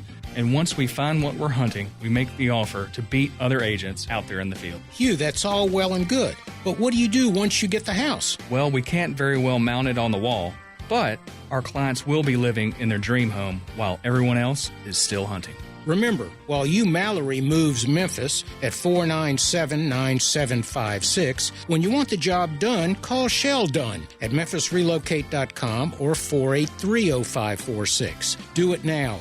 MemphisRelocate.com or 483-0546. I know the sweetest thing in Memphis, and I know it's been around for 115 years. You know, I'm talking about Dinstall's, and it's time to stock up heavy on Cashew Crunch, Heavenly Crunch, Turtlettes, all of your favorite Dinstall's treats. So easy to get. The sweetest thing in Memphis, all you have to do is head to Laurelwood or head to Germantown and Poplar right across from the hospital, or go where they make the candies. That's on Pleasant View. There's nothing that says Memphis better than Cashew Crunch with that little tinge of coconut. Or the Turtlettes. Let's face it, there's nothing better than Dinstall's chocolate.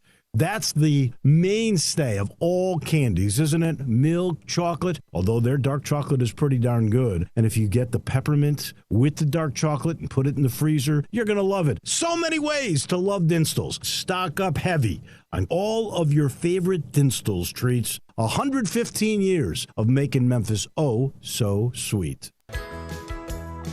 Now, back to Sports Time on Sports 56. This hour is brought to you by DeSoto Auto Sales. Here once again are Brett Norsworthy and Gabe Kuhn.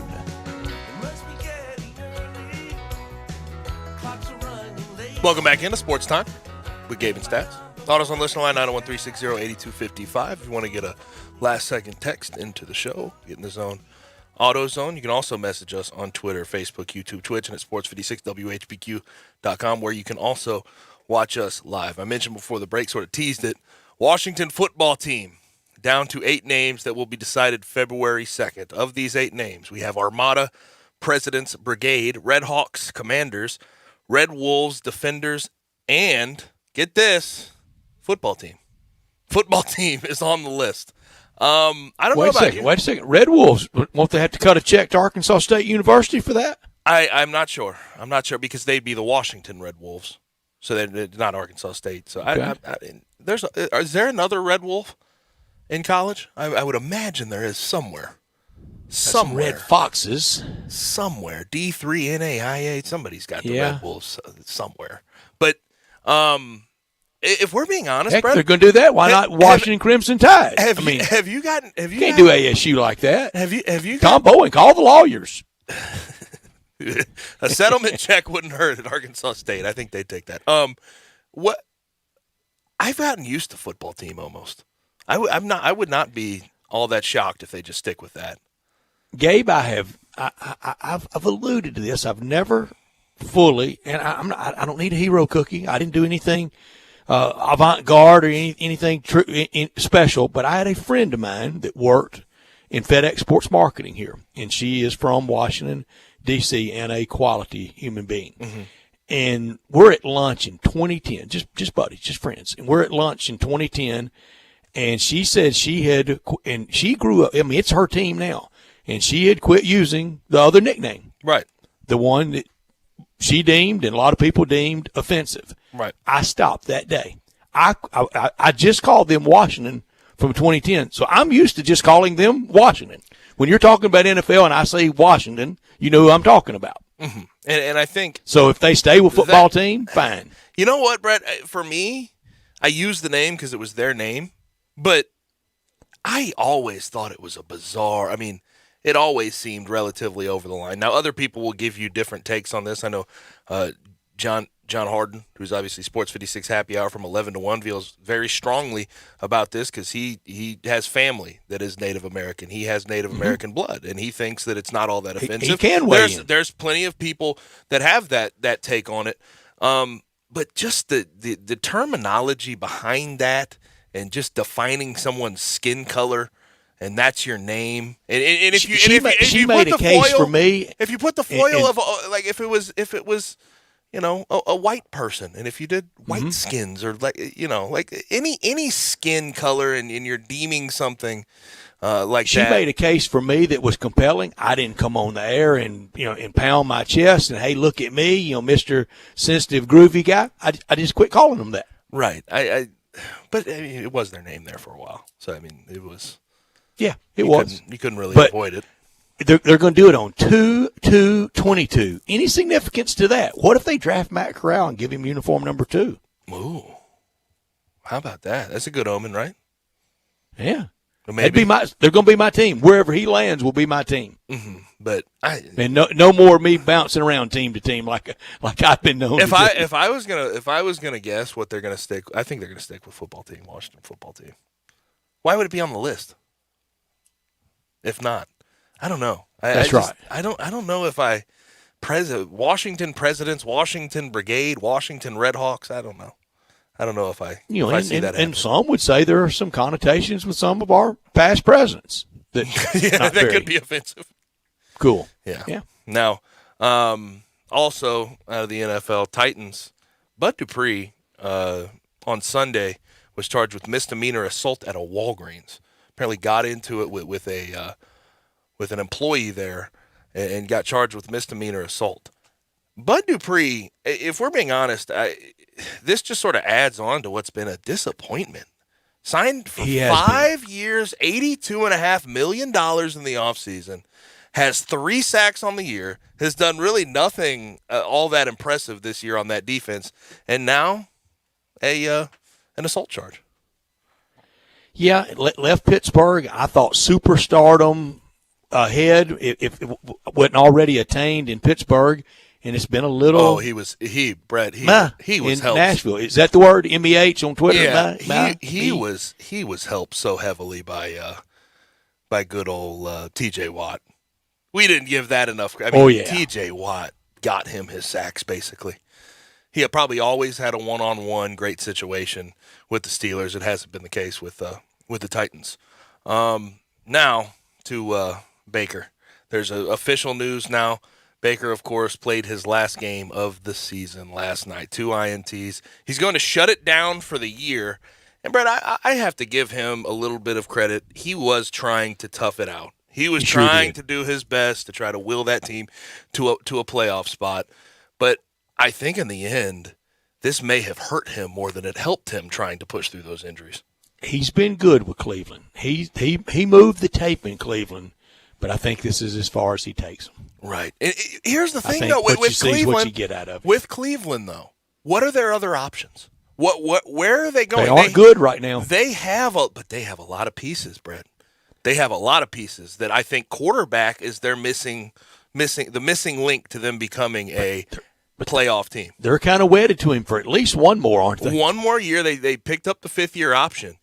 And I just wonder where their options are. What's their option, though, after next year? They're probably get in the Russell Wilson mix. Do you think Sierra and Russell Wilson would want to be in Cleveland? I figured they would want to be in a big market, Dallas, Houston. I hit on Cleveland hard enough like earlier that. on the Bowls. I don't want to hit them again. And obviously not Dallas. I blasted Dak's Cleveland there. and Buffalo. But Russell Wilson to Cleveland. I mean, from a football Russell standpoint, Wilson hell feels yeah. like, hell yeah. He feels like a good match with Sean Payton in New Orleans, doesn't he? In that New Orleans defense. And that's a big enough market for him. I feel like I really feel like Sierra is going to play a big role into where he goes. You have to get the wife's approval on these things. Oh yeah.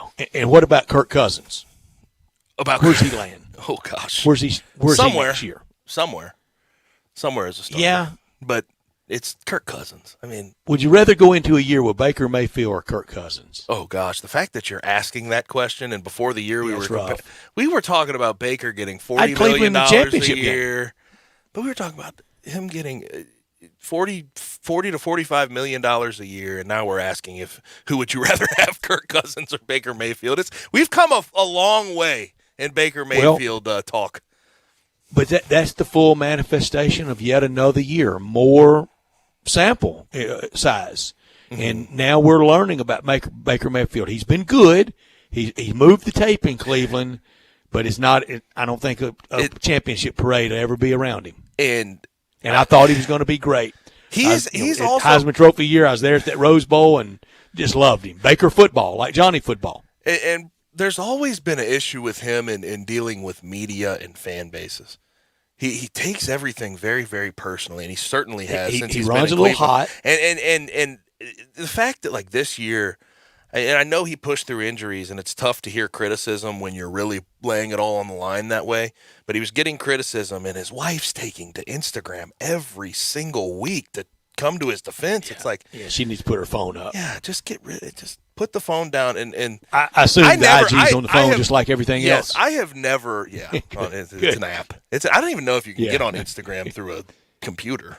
Oh, Gabe. Can you? Oh, Gabe. Yes, you can. Okay. I get on. I've never done that. Wait, you do it through the computer? Well, I have to do things on Instagram. Do you post selfies? What do you do on No. But like if I'm looking for something and I need to be on my computer. on your computer. You know, you can log into a chat room in Indonesia if you want to. And you write for Go Tigers 247. So honestly, a lot of that job has become stalking recruits on Instagram. Well, I'm not stalking recruits, but if I need to find something from the athletic department, information. Yeah, yes. come on now. I'm Dave. just digging. I am doing a good job reporting. That's all you. Is that what you call it? Gotcha. Let me give some bowl notes. Through 34 bowl games, the favorite 19 and 14. That's what both of us are, Gabe, on our picks. And we hadn't been writing favorites, but the favorite 19 and 14, underdog 14 and 19. If you won the rushing battle, you're 24 and 10. If you just won the passing battle, or you won the passing battle, you're 19 and 15. Over and unders, 17 up, 17 down. Bruce Marshall's sermon. There's nothing static in wagering. You know, a friend of mine going into the bowl said, just ride all the overs in the bowl. Well, you've done nothing. You're 17 and 17. And to be fair, especially guys in wagering, and I've talked to Bruce about this 2 straight weeks. The bowl season is just impossible nowadays with everything going on, especially with COVID. It's a demolition derby. It's impossible. And You're a crash test dummy out there in the bowl season. I feel bad for some of these guys that are trying to put out good picks on the bowl season because it just seems like an impossible task. How do you look? This stuff's hard enough when you know who's playing. Right. When you don't have a clue who's playing at the most important position in all of team sport. They're evenly matched games, generally. It's how they try to do bowl games. And to see all the opt-outs and everything else, I know Bruce takes exception to that, and it's just tough for him to really give picks in the bowl season.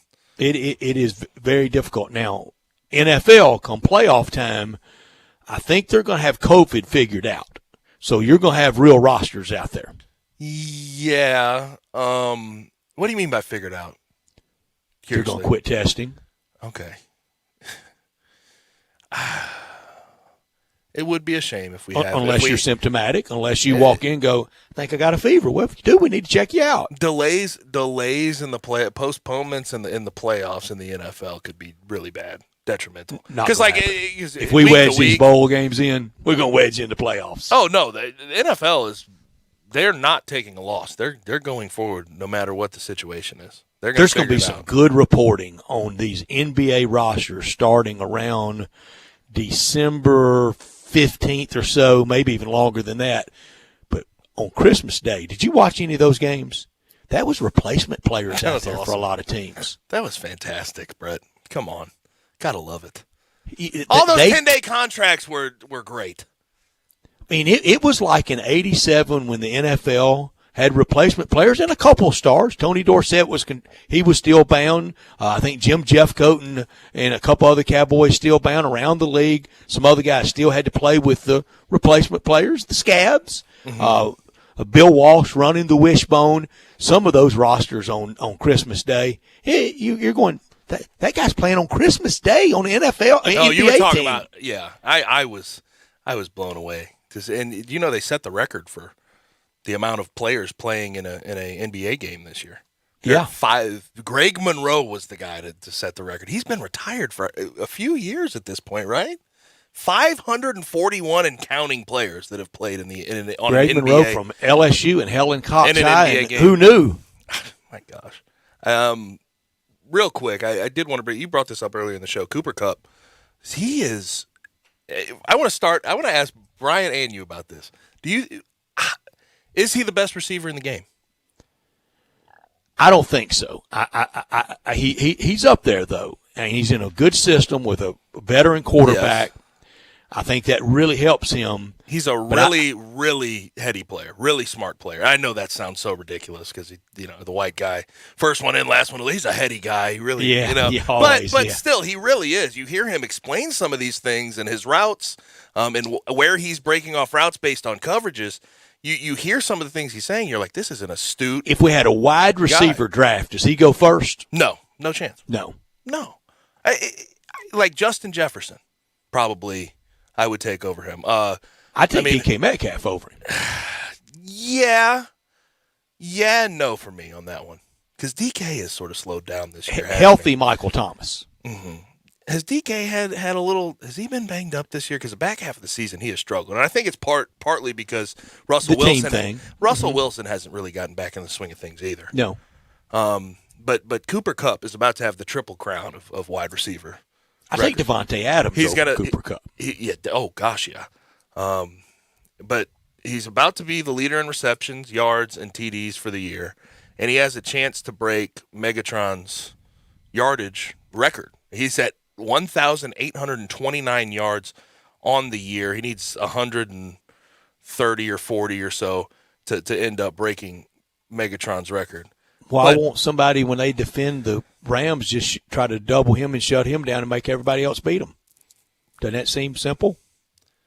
Yeah, and I'm sure they've tried. I'm sure there's been effort to do that. But he runs every route in the route. I mean, he in a way, what he does is similar to what he has done this year, at least, is similar to how the Steelers used Antonio Brown when he was at his peak, because Cooper Kupp runs everything. He'll go deep. He can break off a deep skinny post. He can run a drag route. If the Rams run the ball well at all, converting his routes, they're going to be in the Super Bowl hosting at SoFi and watching Aaron Donald, especially late in the game when everybody's tired and he's not. But if they don't get it done this year, and going into that, we'll give them next year too, because I think they have all these guys. Kroenke spends more on a contract through 2 years from now. I mean, you really think that? I mean, it seems like they're going to implode because they have no draft capital. They have nothing they can really do in the draft. They got to get it done. They got to get it done now. To open that stadium, they do. They've got to get it done now, and if they don't, it just seems like this will all of this money they've spent would be a relative failure if they don't get it done in the next 2 years. But we shall see. When we come back from the break, we'll put a wrap on this Tuesday edition of Sports Time on Sports 56 with Gabe and Stats. You have opinions? Well, you gotta have an opinion. We want to hear them. Call or text us on the AutoZone listener line at 360-8255. That's the AutoZone listener line at 901-360-8255. Get in the zone, AutoZone. There's nothing more frustrating than when your garage door breaks down. You're trying to get to work and it just won't open. What's the deal? Well, I'm not a garage door expert, but my friends at New Day Overhead Doors are. I was using New Day to fix my garage way before they came aboard with us. They are your one-stop shop for all your garage door and garage door opener maintenance needs. True professionals. And get this, New Day will beat their major competitors' price, oftentimes by half. That's half the price. 30 years experience, honest, dependable, family-owned business. Don't ignore those strange noises your garage door may be making. It's New Day Overhead Doors for a simple repair or new garage door opener system. To schedule your appointment, call 901-351-5177. That's 901-351-5177. New Day Overhead Doors. Get in zone, AutoZone. Welcome to AutoZone. What are you working on today? If your lights seem dim, it's probably time to change them. We can help you do the job right. If you do decide to change your lights, we've got reliable replacement lights waiting for you. We've even got headlight restoration kits that can have your existing lights shining brighter. You can get whatever you need fast with our next day delivery or free same-day store pickup. Getting the job done just got easier. Restrictions apply. Get in zone, AutoZone. Referring a friend on FanDuel Sportsbook could be your ticket to Super Bowl 56. When you refer a friend on FanDuel Sportsbook, you'll be entered for a chance to win an all-expenses-paid trip to Super Bowl 56 for two. Share your exclusive referral link from the Sportsbook app.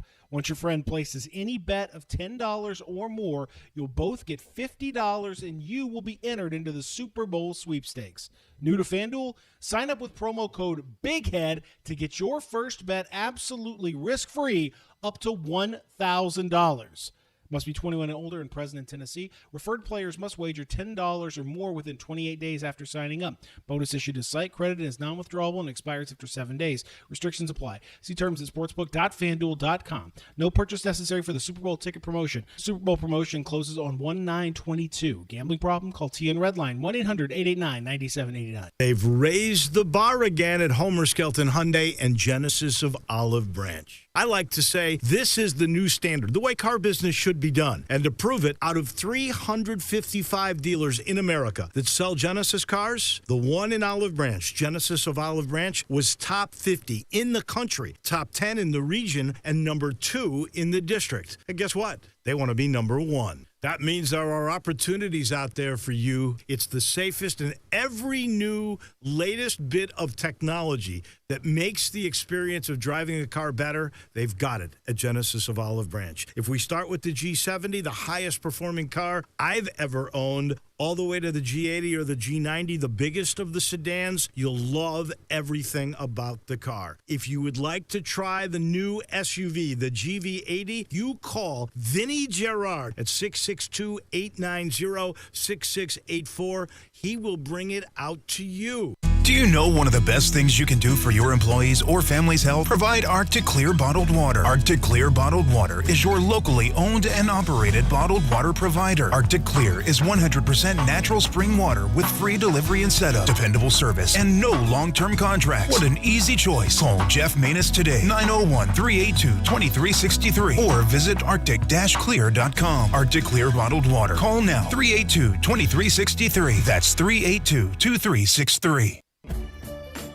Now, back to Sports Time on Sports 56. This hour is brought to you by DeSoto Auto Sales. Here once again are Brett Norsworthy and Gabe Kuhn. I fantasize about this back in Chicago. Mercy, mercy, need that mercy. 5 seconds left in the game. Do you believe in miracles?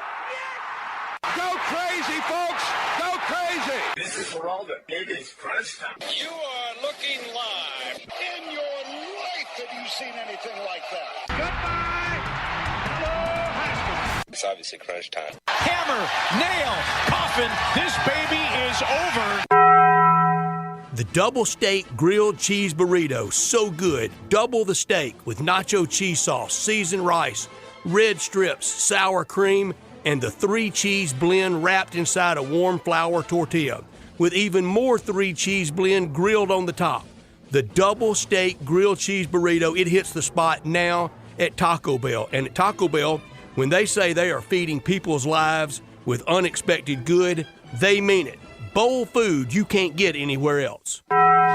So we need official word on this, but Doug just dropped into the listener line, AutoZone listener line, and said Washington football team dropped Red Wolves due to trademark. So we'd have to get a check on that. Tom Bowen called the lawyers. Way to go, Tom. So. Now, what I learned today is Antonio Brown, we know what he did in New York. I know the Bucs got the win over the Jets. He ended up leaving, shirt off, threw his shirt into the crowd, the whole 9 yards. He stayed in New York, though, last night, and guess where he was? And Gabe Kuhn with the best tweet of the night. Guess where he was? He was at the Nets-Grizzlies game to watch Ja Morant drop 36. Oh, your tweet was beautiful. It's very clear why he I LOL'd when I saw your tweet. I know why he threw that fit now. I mean, it makes a lot more sense. Just to hang. That's all I got to say. Just to hang, to be on the front row. I learned goodbye in Pittsburgh to Big Ben. That 2004 draft, it delivered. Eli in New York, Rivers in San Diego, Big Ben to Pittsburgh. The next quarterback taken in that draft, 90th pick. He had a good career. Matt Schaub to Atlanta. Matt Schaub. Good career. Yeah, by the end, not so good. He was, I mean, Andre Johnson and him were a good hookup there for a while. I think Schaub still the Texans' all-time leading passer. I would imagine, yeah. I mean, was he the first quarterback? No, David Carr was the first quarterback in Texans history. He got crushed. Matt Schaub, no protection. Outside of I don't even want to say. Outside of Deshaun Watson, Matt Schaub best quarterback in Texans history. Can we say Deshaun Watson, or we have to say redacted nowadays? Can we say his name? We can go either. Okay, I got you. What I could have done without is Raiders cornerback Nate Hobbs, who's 22 years old. He was arrested. And remember, I said Raiders cornerback. Plays for the Raiders. We know how much they've gone through this year. They had a coach out because of leaked emails. Henry Ruggs had a DUI and killed a person. And Nate Hobbs last night was arrested for misdemeanor DUI. He was asleep in a car garage. He was trying to leave a car garage in Vegas and was asleep at the wheel and got called upon, and the police officers responded and gave him a DUI. I know that we have the Raiders right in a playoff situation, playoff talk. If they win, they're in against the Chargers. But I really hope they don't, just because they have so much on their plate they got to figure out. Rich Bisaccia, he's done a good job. Yes, he has, but they have so much stuff off the field that they have to figure out. They do. It starts at the top, too, though, with that goofy owner. And he's not going anywhere. They have to decide who they want in that building, who they don't, and how they're supposed to act when they're out of that building, because they have a big issue. Gabe, you're right. But who's staying in that building, I think, sets the tenor and tone for a lot of that building, and that's that goofy Mark Davis. I don't disagree. I've got a friend of mine that's a Bama fan. She can't stand Bill O'Brien so bad. She said, if anybody out there has any email that are ugly on Bill O'Brien, it can get him fired. Let her know. I could have done without the NCAA not letting Garrett Nussmeier play. With all they've let LSU get away with, they're not going to let a guy play in the Texas Bowl. Oh, my gosh. It makes no difference either. All the big stuff to the NCAA, isn't it? They handled the big stuff so well. What we're looking forward to tonight, we got the Tigers and the Grizzlies both in action. Great TV. You're going to have to press previous channel a couple times. It flows great, though. We start the Grizzly pregame on now. Tip at 6. About halftime will be the start of the football game. About halftime of the football game will be the start of the Tigers. Mm-hmm. So, you got Kentucky and LSU, Vandy and Arkansas. Flip through the channels, take your pick.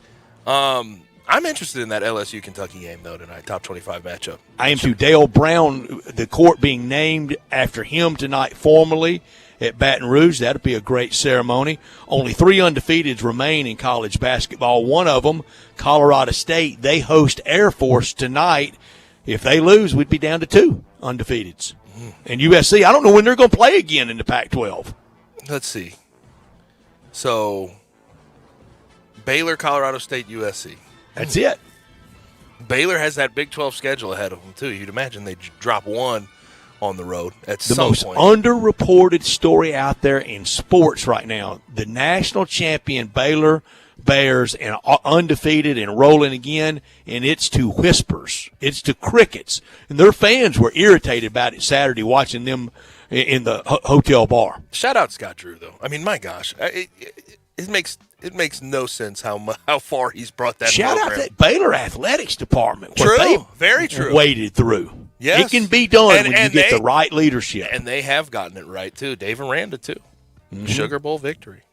Very, very good for them. That's all we have for today. Thanks for joining us. Thanks to all of our guests, Bo Marchant, Brent Beard, and Dave Voloshin for their contributions to the show. For Brett, for Brian, I'm Gabe. Enjoy your night. We'll holler at you tomorrow at 3.